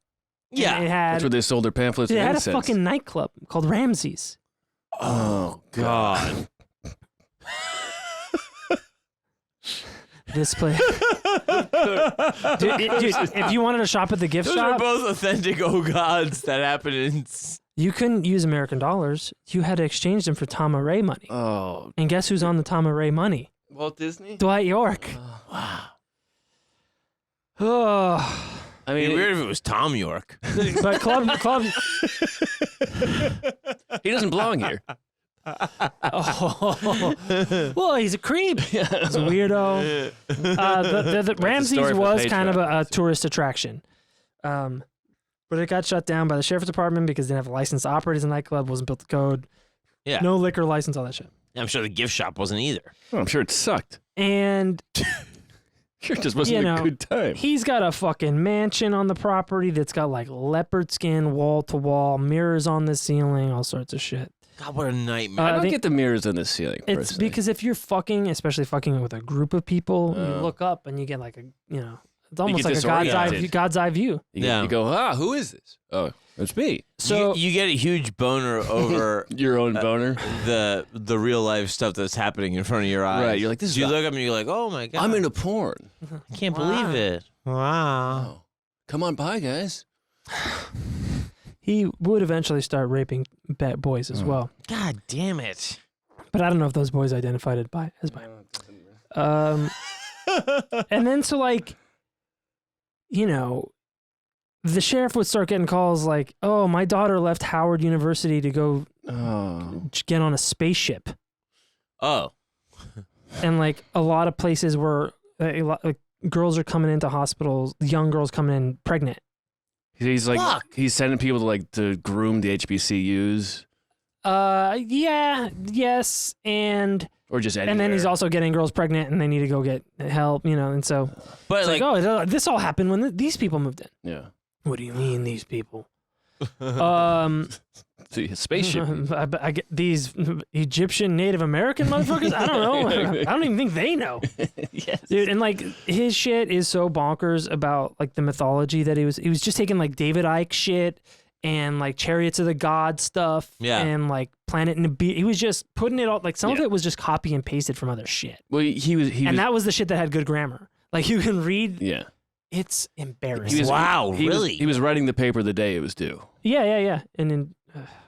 But it's that thing, the good story is the one everybody believes, Well, enough people believe it. Yeah. The people that he'd brainwash believe it. And so it's an evolving narrative too, though. I think shit, it's a mutating. I already buy this shit, and it's like, okay, well, no. And then some people would leave because it's like this is not fucking Islam, and like they were believers for up until that point because it just like, and they could leave no problem. It wasn't some of them, or they would just bounce and disappear. But and probably earlier on, once they really started, once there's no guards at the compound, or when it just stopped being, Islamic centered and started being. I mean, he just cowboy. What?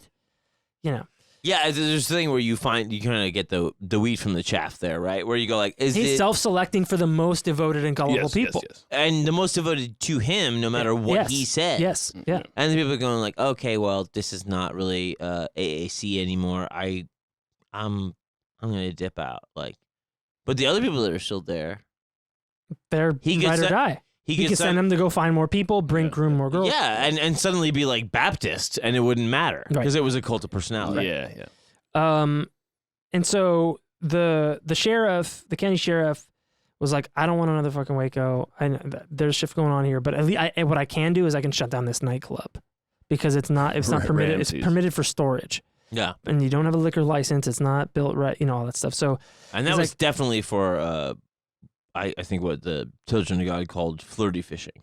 That's getting the other people that are not in yet to get in and get laid and then fall for the bullshit. Yeah. Although he was still pretty adamant about non-sex. You had to still get permission and stuff. Oh.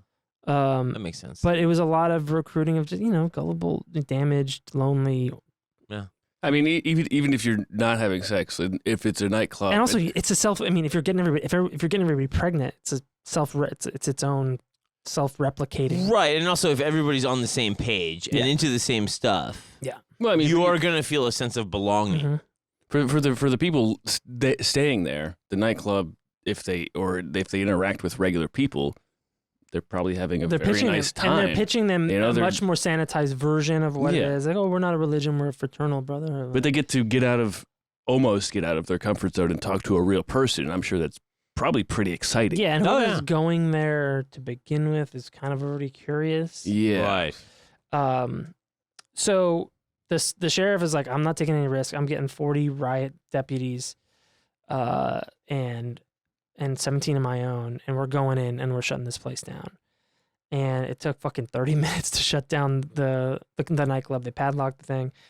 A bunch of the Nuwaubians videotaped it, saying this is the white devil harassing us and all that stuff. Yeah. Violating our sovereignty. Right? Yeah. No sovereignty. And then 2 months after that, fucking homeboy just creates a holiday called Savior's Day in 1998. And he opens it up to this festival, Savior's Day festival, on the grounds to the media, and it's the only time that he ever let television crews and newspaper reporters in and stuff like that. And he brought in $500,000 that day in visitors' fees and merch sales and stuff. What the fuck is that? How? Savior's Day? I mean, well, they were check out this fucking Egyptian obelisk and pyramid and all this stuff, and people show up. $500,000? Yeah. In Georgia, like rural Georgia. It's about an hour and a half away from Atlanta. That's rural Georgia. Yeah. But 100%. I mean, there's not that far. How long from do you drive and... to Knott's Berry Farm or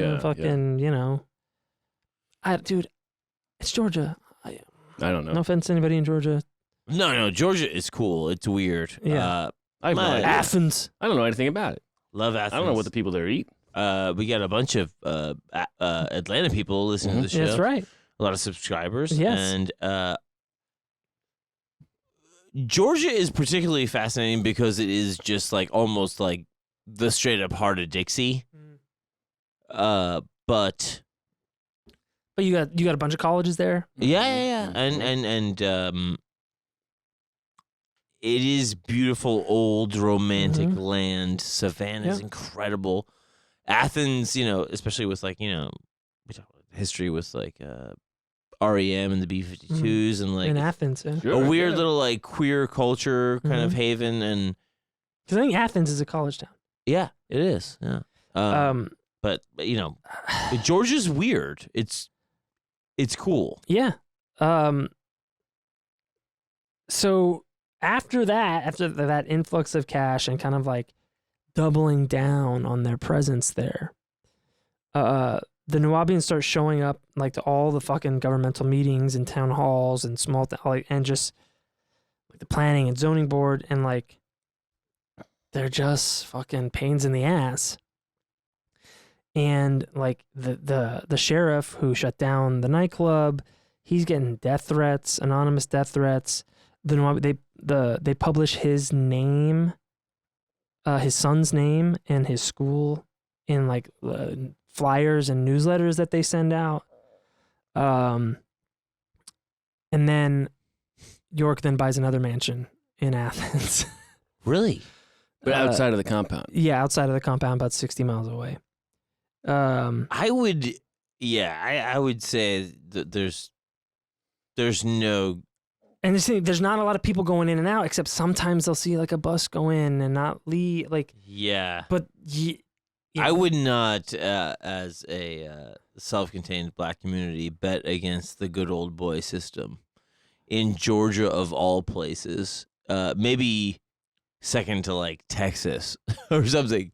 Like you're not gonna win that. Yeah.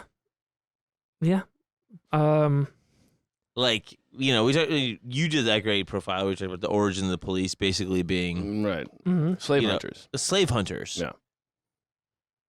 Dude. Georgia is like kind of ground zero for I would imagine that mentality. It's a pretty serious state. Yeah. Like and then in like then Time Magazine posts an article in 1999 titled "Space Invaders," and they report on the whole thing there. And they say that the Nuwaubians describe themselves as a, quote, fraternal organization of people of different religions, including Christians, Muslims, and others who just happen to share a few extra tenets. And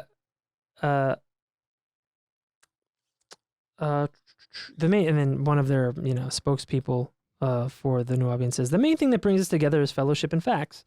And then the author of the article says, among those facts, that black people are genetically superior to whites and that the Nuwaubians are direct descendants of Egyptians who, having walked from the Nile Valley to the Americas before continental drift separated the land's masses, are actually the original Native Americans. York and several hundred of his followers wandered from New York to Georgia in 1993, buying up 47 acres of land. And now, as a tribe of Native Americans, the Nuwaubians believe that they can argue for being a sovereign people not subject to local or state jurisdiction. In 99, Al Sharpton shows up and says that like they're being harassed by white people and shit. What a fucking maniac. He calls the county officials oppressors for shutting down their unlicensed nightclub. In 2000, Jesse Jackson told a cheering crowd that the Nuwaubians were living the American dream. In 2000, they try and take over the Putnam County through running for office. Right. They got everybody running for office. They run for every local office, including sheriff. Their candidate for sheriff was disqualified because he didn't live there. Well, he lived in space. Lived in his own fucking world. And then around this time, his son Malik, who pulled a gun on him, I think he lives in Miami, and he's just he's like he's cool put stuff. it out there like he's a pretty like a nightclub promoter, and he's like I put it out there like if you are a runaway from there, I'll take you in and help you reintegrate to society and stuff. Dude, I told you it was my boss's thing. Yeah. He did the thing where he was like, He was one of the founding members, like in California. Of that cult. Yeah. And then when he got out. And then when he got out, everybody would travel all the way across the country to the East Coast to like get back into society. Like they take like waiting tables jobs. What a great way to start another cult. No, he did. He was just like, you know, stay at fucking basically my mom's house until you get your shit together and then fuck off. But like, but yes. when you're not used to dealing with the regular American shit because you lived in a fucking yeah, you got to reacclimatize, and he kind of facilitated that, which I think is like mad cool. I mean, it's amazing. It must be so shaking to your identity. Oh yeah, you know, I can't. It's a real feat of will. Yes. And then like a letter gets sent to social welfare officials in Putnam County, but in '98. But it kind of puts the wheels in motion. Mm-hmm. And it's an anonymous letter, and it's basically saying that they're an ex-member and that there is some shit going down there. Like kids are malnourished, they're cut off from society, everyone's a fucking concubine. No one's learning anything. Yeah. No like school. and even I mean there are kids as young as 6 getting groomed and fucked, and like check all the kids for like STDs and if they've been penetrated type of stuff. God damn it. It's a long letter, but it's extremely well written and gives insight into like how to approach the situation and what to look for. And then around 2000, a little girl escapes Tamaray with the help of her father, who had left a couple years earlier. And he picked her up and he was like, something's wrong with her. And he overhears her telling someone else about the abuse that she suffered, and then he took her straight to the FBI, and then she gives a testimony, and then like around that same time, Malik, his son, calls the FBI, and he calls the sheriff there, and he says, I know the whole deal on York, I'm ready to tell everything. And they meet the next day in Atlanta FBI offices, and he brought with him one of the escapees that he's been helping like reintegrate, Bashira. And she was born into the cult, and then like at 13, like fucking homeboy was fucking her and like turning into a concubine, like having her teach younger kids how to give blowjobs and shit. It's super fucked up. Jesus Christ. And another woman who Malik brought was asked by the FBI, how many children did you witness having sex with York? And she said, like everyone. Oh god. And listed just off top 20 names. She said she'd been coerced in having group sex with children as young as 7 or 8 years old. Fuck. I mean, really, really gross. And so like they're starting to build a case, and he starts hearing like York now is like kind of, he sees like, okay, fuck. Writing on the wall. Yeah. In 2001, he books a banquet room at a Manhattan hotel, and he invites all like a group of some of his biological children to his dinner party. And one of them who shows up is actually working with Malik, like dropping the dime on him. Mm-hmm. And then really the dinner was there just be like, hey, I need some money. And whoever, gives the most money will be in control. And then he tells one of his daughters, you're going to have to sleep your way to the top. Yeah. To his own daughter? Yeah. This dude was fucking like his own kids. Because he had 200, how do you keep track? Yeah, well, if he's not letting anybody else have sex, then... Yeah.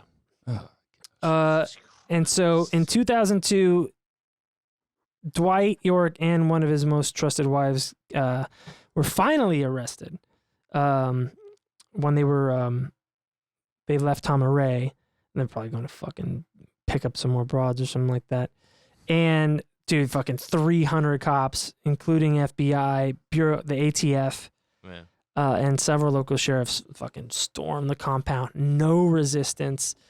Agents coming down, rappelling from helicopters, barging through the front gate, just like overwhelming show of force and organization because they did not want another Waco. Yeah. And dude sliding down the Sphinx. Oh, dude, chopping the nose off to make it accurate. And they were planning this thing for months, and like then as soon as they found like the malnourished, they started giving food and water to all the malnourished people that were living in fucking like storage trailers and stuff like that. Dude. They found some guns. Not like they found 30 guns, which is not crazy for a giant compound. But they found a bunch of they were probably illegal. Yeah. Yeah. Dude, they found a Pink Panther doll that had a pink dick, like a big 10-inch dick. I'll show you the picture. What is that? A suitcase of dude. I think like it had to do with like the kids and stuff. I think. Oh Christ Almighty! You will now feel the length of the Pink Panther. I was thinking about that one for a couple days. A couple of days, huh? A couple of days. A bunch of dildos and vibrators. Which is legal. Four of the kids they found had STDs. Oh. Jesus. But it was a fucking perfect raid. And dude, like, it was like the cops, all the officers were home for dinner that night. That's how fast it was. Yeah. Yeah, well, there wasn't much resistance, I imagine, so I guess it was good. Yeah, York was indicted by a grand jury on 120 counts. Of like... Includes 74 counts of child molestation, 29 counts of aggravated child molestation, 1 count of rape. Then more witnesses came forward, and it was amended to 177. The actual count was over 2,000. Jesus But prosecutors didn't want it to sound that unbelievable. Right. That they only went for... I mean, they don't need all of those. They don't need all of those. He's going to... He's going to jail they got him under the RICO Act. Yeah. And this is the biggest child molestation case in history. In the United States, at least. God damn it. I mean... It sounded made up, so like we just got to get like the cut and dry, real, open and shut cases. I'll say this, and he was this is not. If you could apply a RICO to the Catholic Church, it would be far less. But this is just one man, because it is organized. Yeah. And they're conspiring. Yeah, the Catholic Church is another level. If the Catholic Church was subject to the RICO statutes in child molestation, that would be like the Walmart of RICO cases. Oh yeah. And they did a bunch of other shit. There was like a local county attorney who filed a case against the Nuwaubians to halt their construction because he was trying to buy time for and they fucking gutted a dog and left him on the doorstep of this guy and like had to like hire bodyguards for his wife to go to work and stuff. I mean, they were fucking doing like Scientology mafia shit. Yes. I would just say like, I mean, what a terrible place to pick. Georgia? Yes. Yeah, I guess the thought is that like, you're isolated, right? And I mean, the land's cheap. Yeah. Yes, but you are going to the heart of Dixie, where like no matter what, if you show up, and you are a black person and you have power, they're inherently going to be like, "Oh hell nah." Right. But also, it's not Mississippi. It's not far away. But also, when he started all of this. It's not like he wasn't facing opposition in New York. He had eventually he believed he could conquer anything, and he had already dealt with. But you can hide racism in New York. The anonymity of the multiculturalism. But at this point he's drunk his own Kool-Aid so much he doesn't need. He has no belief. It's the proverbial move to Guyana. Yes. That Jim Jones did or whatever. But you just, in my opinion, chose probably like the worst place you could go. Like, sure. Why would you move to the most racist place in the country? Like I was saying, because he believed he could conquer anything. You're protected by religion laws and shit like that. Yeah, but like the self-belief is off the charts. The inherent suspicion of like that part of the country is like the self-belief is just off the chart. The assimilation needs to be there's no critical thinking. Yeah, at a certain point, like I said, he's playing 1D checkers. Yes. And eventually And you feel the like system's going to come down on you're you. untouchable. Because you want to know why? You wouldn't get permits for your nightclub. Yeah. So, fucking Al Capone. Tax fraud. Yeah. Tax evasion. They Although can't. Al Capone was brilliant. But they're going to get you. And then if people get out and you treat people like shit, you just need a little, especially if it's your own kid. Yeah. Like then just this Sympathetic confluence of things that all witness. happened at the same time. Like his kid was helping runaways, and then this one girl ran away, and then the anonymous letter. Sure, yeah. Like it all just came to a head, and it flipped itself back on him. In the instance of the children of God, it was like they were always kind of on the move. Mm-hmm. And so that was the thing where even when his son turned against him and was like ready to kill his own mother, it's like, okay, well, where are they now? That sort of thing. But, insofar as like going to the South with your northern bullshit, it reminds me of in Casino, where they're like, oh, we're totally happy to have all of you organized crime guys as long as like you're putting money into the system and we can bank on it. Yeah. But the minute This guy wasn't. the minute you don't, Well, we gotta come down on then the hammer's gonna come down. Right, So that's like what I would think. Like, Yeah, pay off the cop. I mean, he should have done what he did in New York, was be the relatively more benign black nationalist group. yeah, He wasn't the NOI, and he wasn't the Black Panthers. Mm-hmm. The streets were clean and it was safe, and they kind of liked them for a while in New York. mm-hmm. And that's what happens when you start getting drunk with power, is that you think you're untouchable, Right. and you forget that you gotta pay some people off somehow, at least in goodwill, if not money. Right.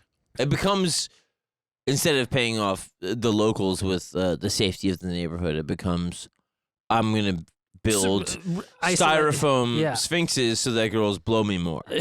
Dude, so you want to hear what his lawyer tried to do to to part of his defense and to discredit the witnesses with how many molestations and rapes there were?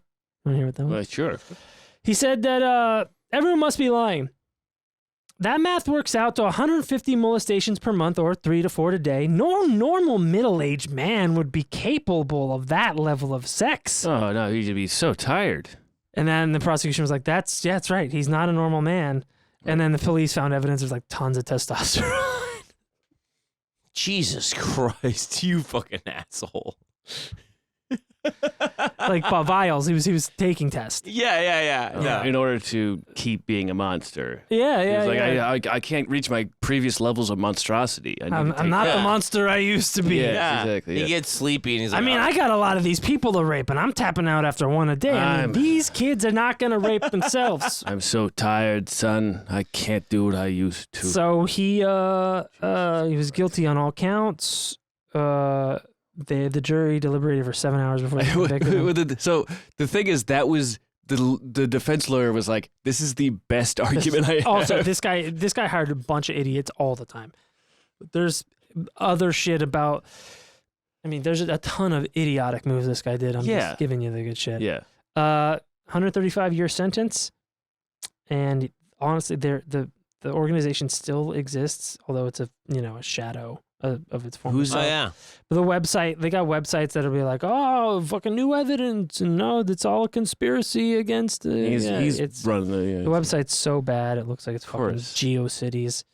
And that's Omission Nikio too. So the thing is exactly. Our guy fucking. You want to he wrote a letter to his followers from prison in 2004. You want to read it? Yeah. The Caucasian has not been chosen to lead the world. They lack true emotions in their creation. We never intended them to be peaceful. They were bred to be killers with low reproduction levels and a short lifespan.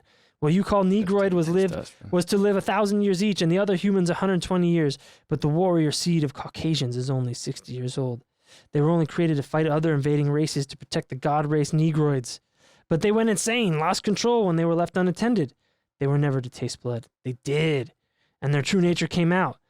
Because their reproduction levels were cut short, their sexual organs were made the smallest so that the female of their race would want to breed with the Negroids to breed themselves out of existence after 6,000 years.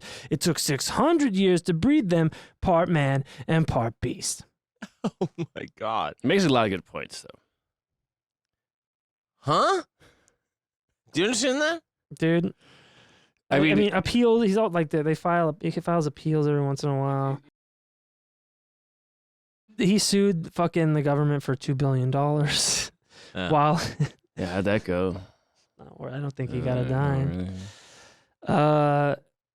And as of 2020, he's in Florence, Colorado. At the Supermax? At the Supermax. He's with. Oh, wherever I was. Where with everyone Richard? is, yeah. No fucking way. That's so So Richard Lee McNair is like, Yeah. I'm here because I broke out of prison. You're here because you're one of the biggest monsters. Yeah. Jesus Christ! All I did was Just broke be out of prison. slippery. Yeah. It's like, I used to run my own prison. Yeah. I once got out because I had an underground tunnel. I once got out of jail because a cop didn't recognize me. God damn it. You know, I had a Pink Panther doll. Fuck some kids. Big dick on the Pink Panther. Aaron, what did you like about this guy? Nothing What at did all. you like about this? I don't like anything about it. I like that it checks a lot of boxes for our show. It's fucking out of this world unbelievable. But you admire him. Jesus Christ. You asshole. You asshole. You get so angry when he tries to do that to you. I know. and I just get sad. You don't. You fucking piece of shit. No, it's just like it's so unbelievable. I mean, I didn't get into much of the mythology, but there's a lot of the ancient alien stuff, and it's just like it's a real cosmic gumbo. It is. We usually stay away from serial killers and stuff, but we've a done, lot of we've, cult leaders and stuff. we've done a yeah. few of the cults, and it gets pretty dark at the end, and I tried not to focus on that because it's horrific. Yes. But just like now we're this, and now we're this, and now we're cowboys, and now we're Indians, Yeah, and now it's very goofy. I'm an alien from fucking another galaxy. Yeah. And just To me, it's a thing of everything I was saying about the fracturing of ideology in the late 60s, 70s and stuff, and you could kind of choose any kind of level of revolutionary fervor, in religion and in politics. and this guy was doing it for fucking damn near 40 years. And people, yeah, he's one of the longer ones. and people being like, "Oh yeah, I'm just getting used to the idea that I am a black person and this was not fair."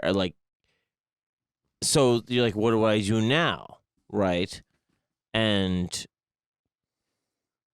then people still preying on that. I mean, it's just this was a black man enslaving black men and women Yes. and children. yeah. And so people can be monsters no matter who they are or where they're from, and whatever race you are. I mean, Yeah, but it's oftentimes easier to manipulate your own. Especially when they People who are like you. when they've been beaten down. Yeah. yes, And, if you cannot trust Mhm. the outer sphere, which is America of Mhm. Then you'll take anything. mostly white people Yeah. that have fucked you over, and it's that's facts. That is facts. And then somebody's going okay, well, here's the thing, empowerment and blah blah blah, and you're like, okay, yeah, I buy that, because I can't trust this narrative or whatever I heard in school, because that's all bullshit from white people. So now I'm gonna trust this person, and then that gets abused, Mhm. and you're like, what the fuck?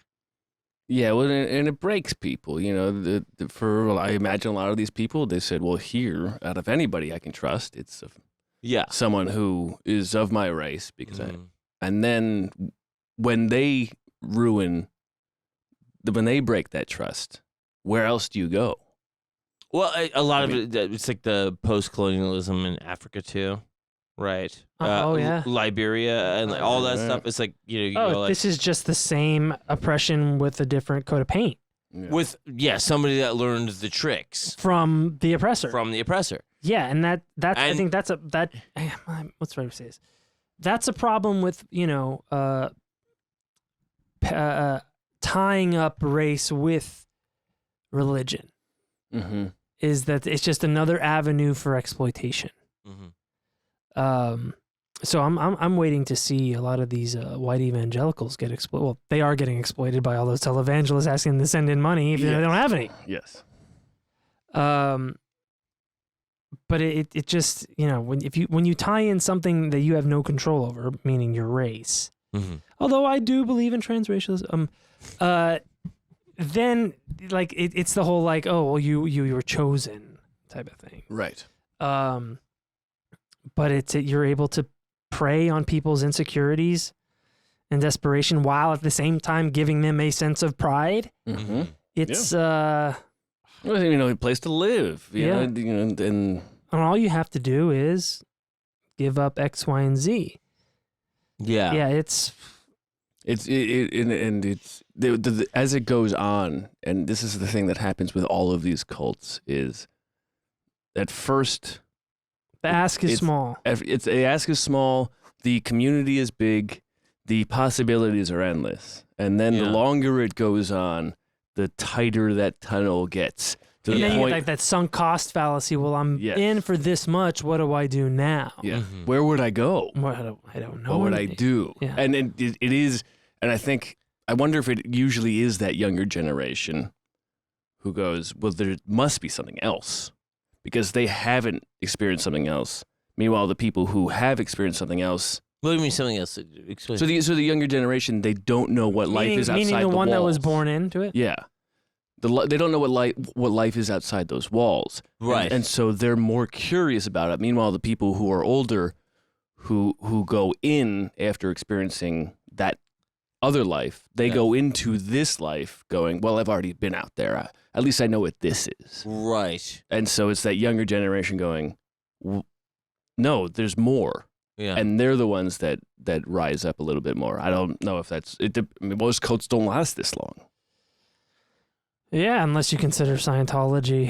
Sure. Right, exactly. Yeah. And they're the ones that, unlike this guy, got government approval for all their shit. Yeah, that's you gotta give them they credit. changed the tax code. They pay taxes. They well, they don't really. But I just think particularly in the post Jim Crow America, there would be no better audience to kind of poach from for this kind of bullshit than an audience that knows the white narrative is all bullshit. And yeah, but you're also dealing with a population that is heavily Christian.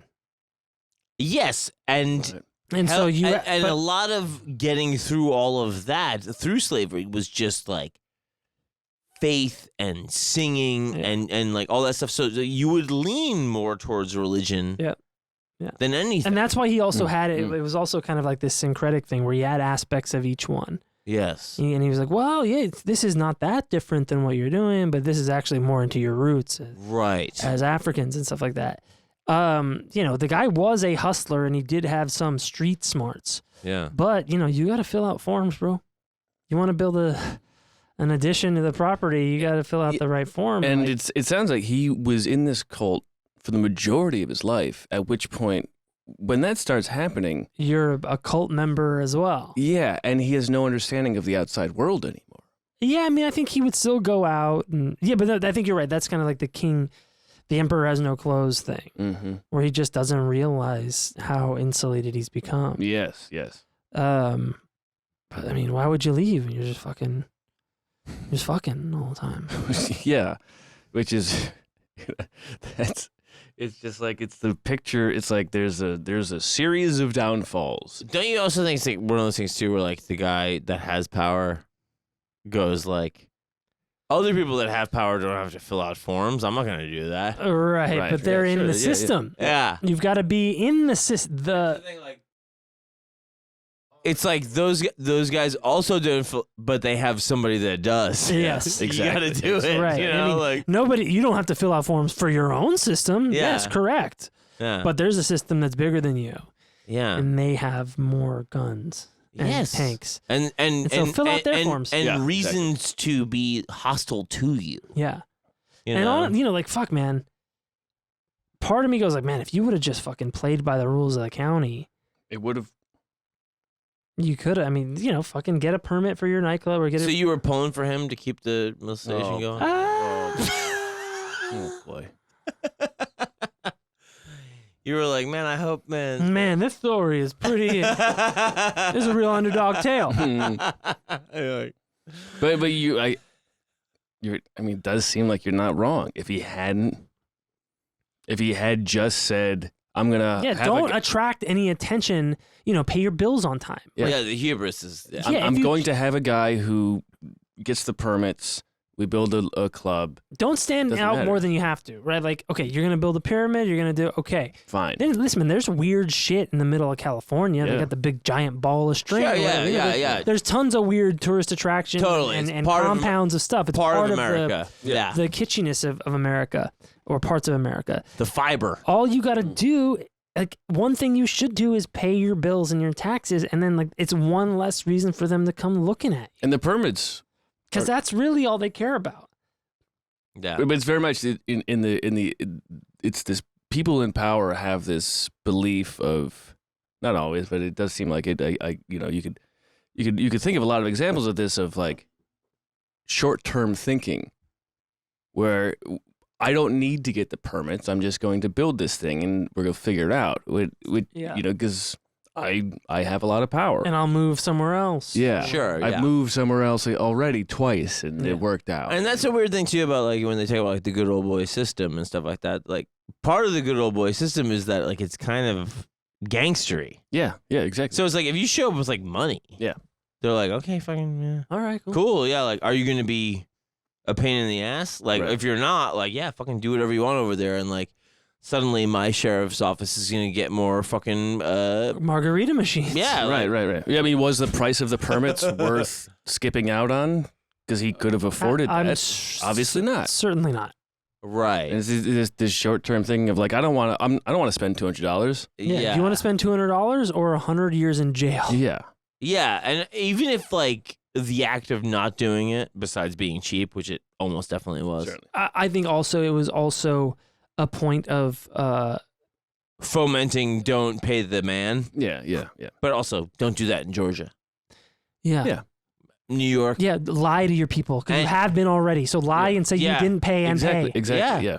Like, because that's not going to go down there the same Yeah. way. In New York, it'll be like, oh, we need to have like a focus group to figure out how to. You know what I mean? Yeah. In Georgia, it's just like some sheriff going, I told you from the beginning. You know what I mean? Like Pretty crazy. straight up, yeah. That's really wild. That lasted a long ass Dude, it's time. a long fucking time, and a lot of kids got fucked. Yeah. Most cults don't last that long. It's No, It's, fucking, and it's like I a mean, next level just kept tragedy. like just going from Yeah. like a black nationalist thing. Yeah. So do you know much about like the fallout with like the crew that all got molested and the parents up? I'm sure they're all fine. But how many of them are still into the AA? Or Oh fuck! I mean, they still have like a website and stuff. Yeah. Not enough And- to make a good website, but enough to keep it running. what would you? I mean, do you think he kept like a quarter of the population? Well, I mean, look at this website. Oh, it's like Angel Fire. Yeah. Yeah, basically.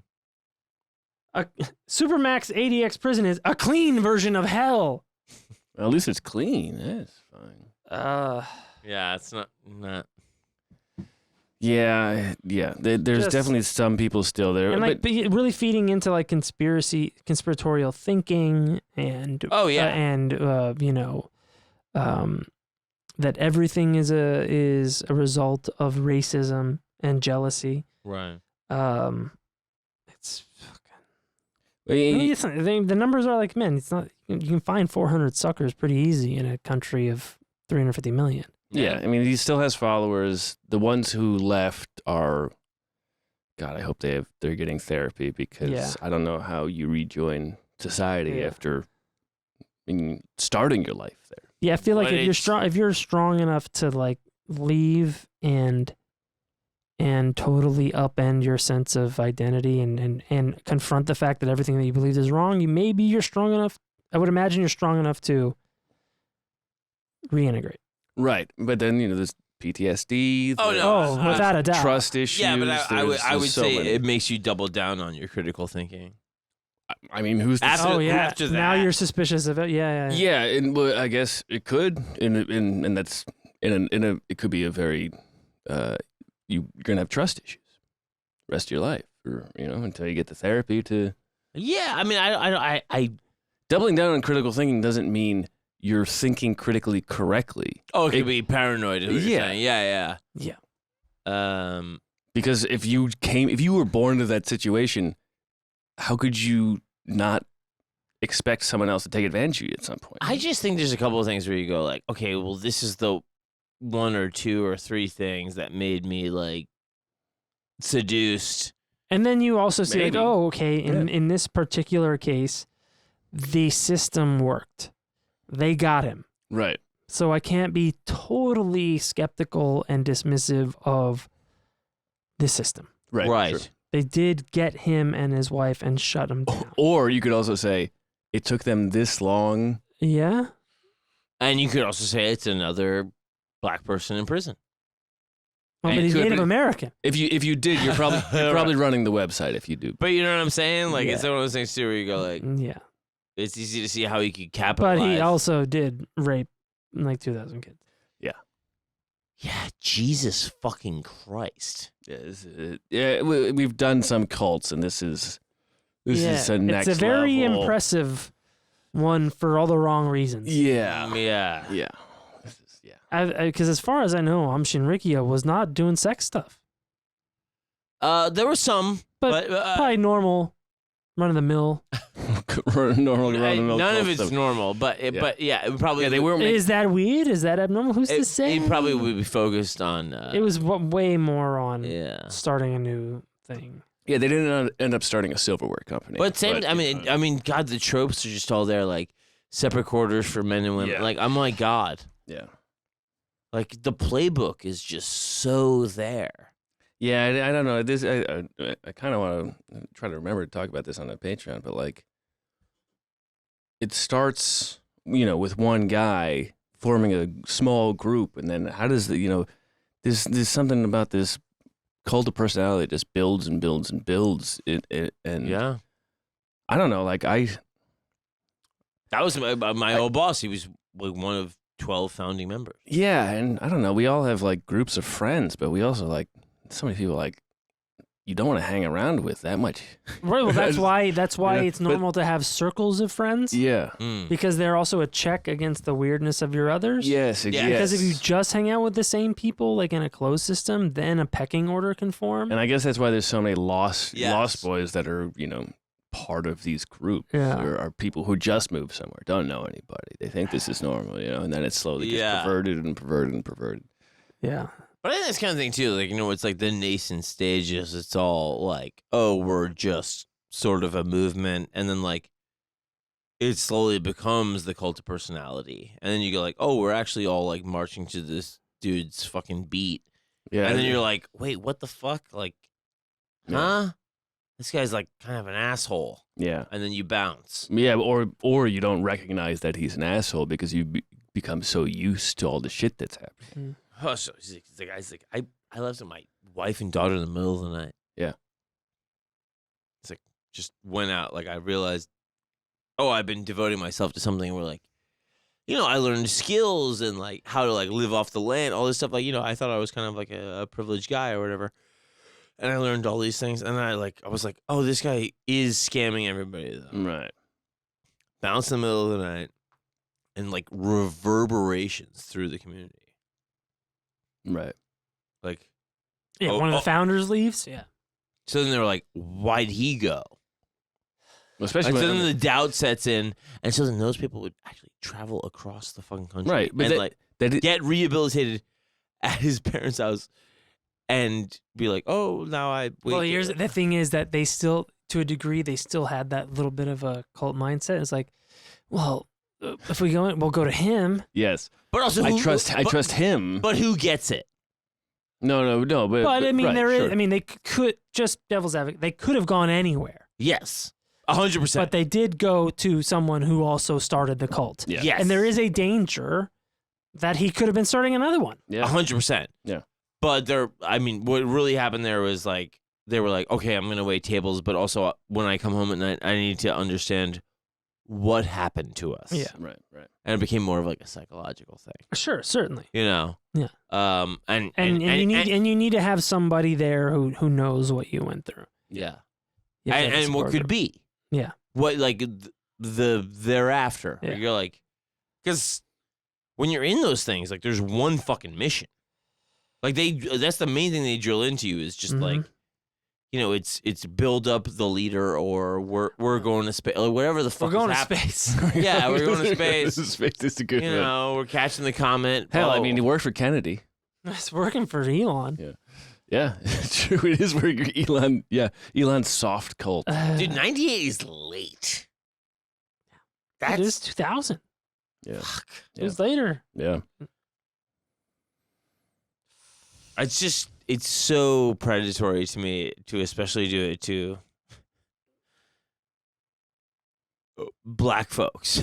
Yes. Like the disenfranchised population. Like it's Yeah, Your but own who, people. but who else would? Well, I mean, it's a wolf in sheep's clothing thing. Yeah. We're like, wow, I mean, they're the white devil. yes. We share a common struggle. Yeah. Aaron's a very fantastic profile. Well, I hope so. It's very good. It's one of the worst. It's one of the worst people we've ever encountered. Yeah. Yeah. And you were saying you admired him. Yeah, off air, I stole his virtues, man. Fuck you, John. He gets so angry when you. You never said that. You did tell me how fucked up it would be, and so I was kind of did, he did. prepared. Yeah, there's cannibalism, incest, aliens, Just remember, R&B. remember how fun that Jimmy Carter anecdote was. Yeah, the brain cancer. Get the fuck out of here. Yeah, what? How he sacrificed his grandson? I mean, come on. It's what a Probably nice- part of this fucking cult. And probably, he was probably an honorary white member. What a nice time that was. Atlanta, right? Another Georgian. Yay. Now the Reaper. Another Georgian. He was probably pulling all the strings. Yeah. I'd appreciate it now if you took my grandson. I killed this rabbit I for you. mean, I stay prayed up. Aaron, I loved it. Great. I'm It was glad. you great. did. Hope Matt liked it too. I did. And I hope the listeners like it. Folks, we're going to fuck off. I'm going to say goodnight. My name is John Fahey. My name is Aaron Pita, a.k.a. Just kidding. Thank you, Aman. Matt Brousseau. Good night, everybody. We love you.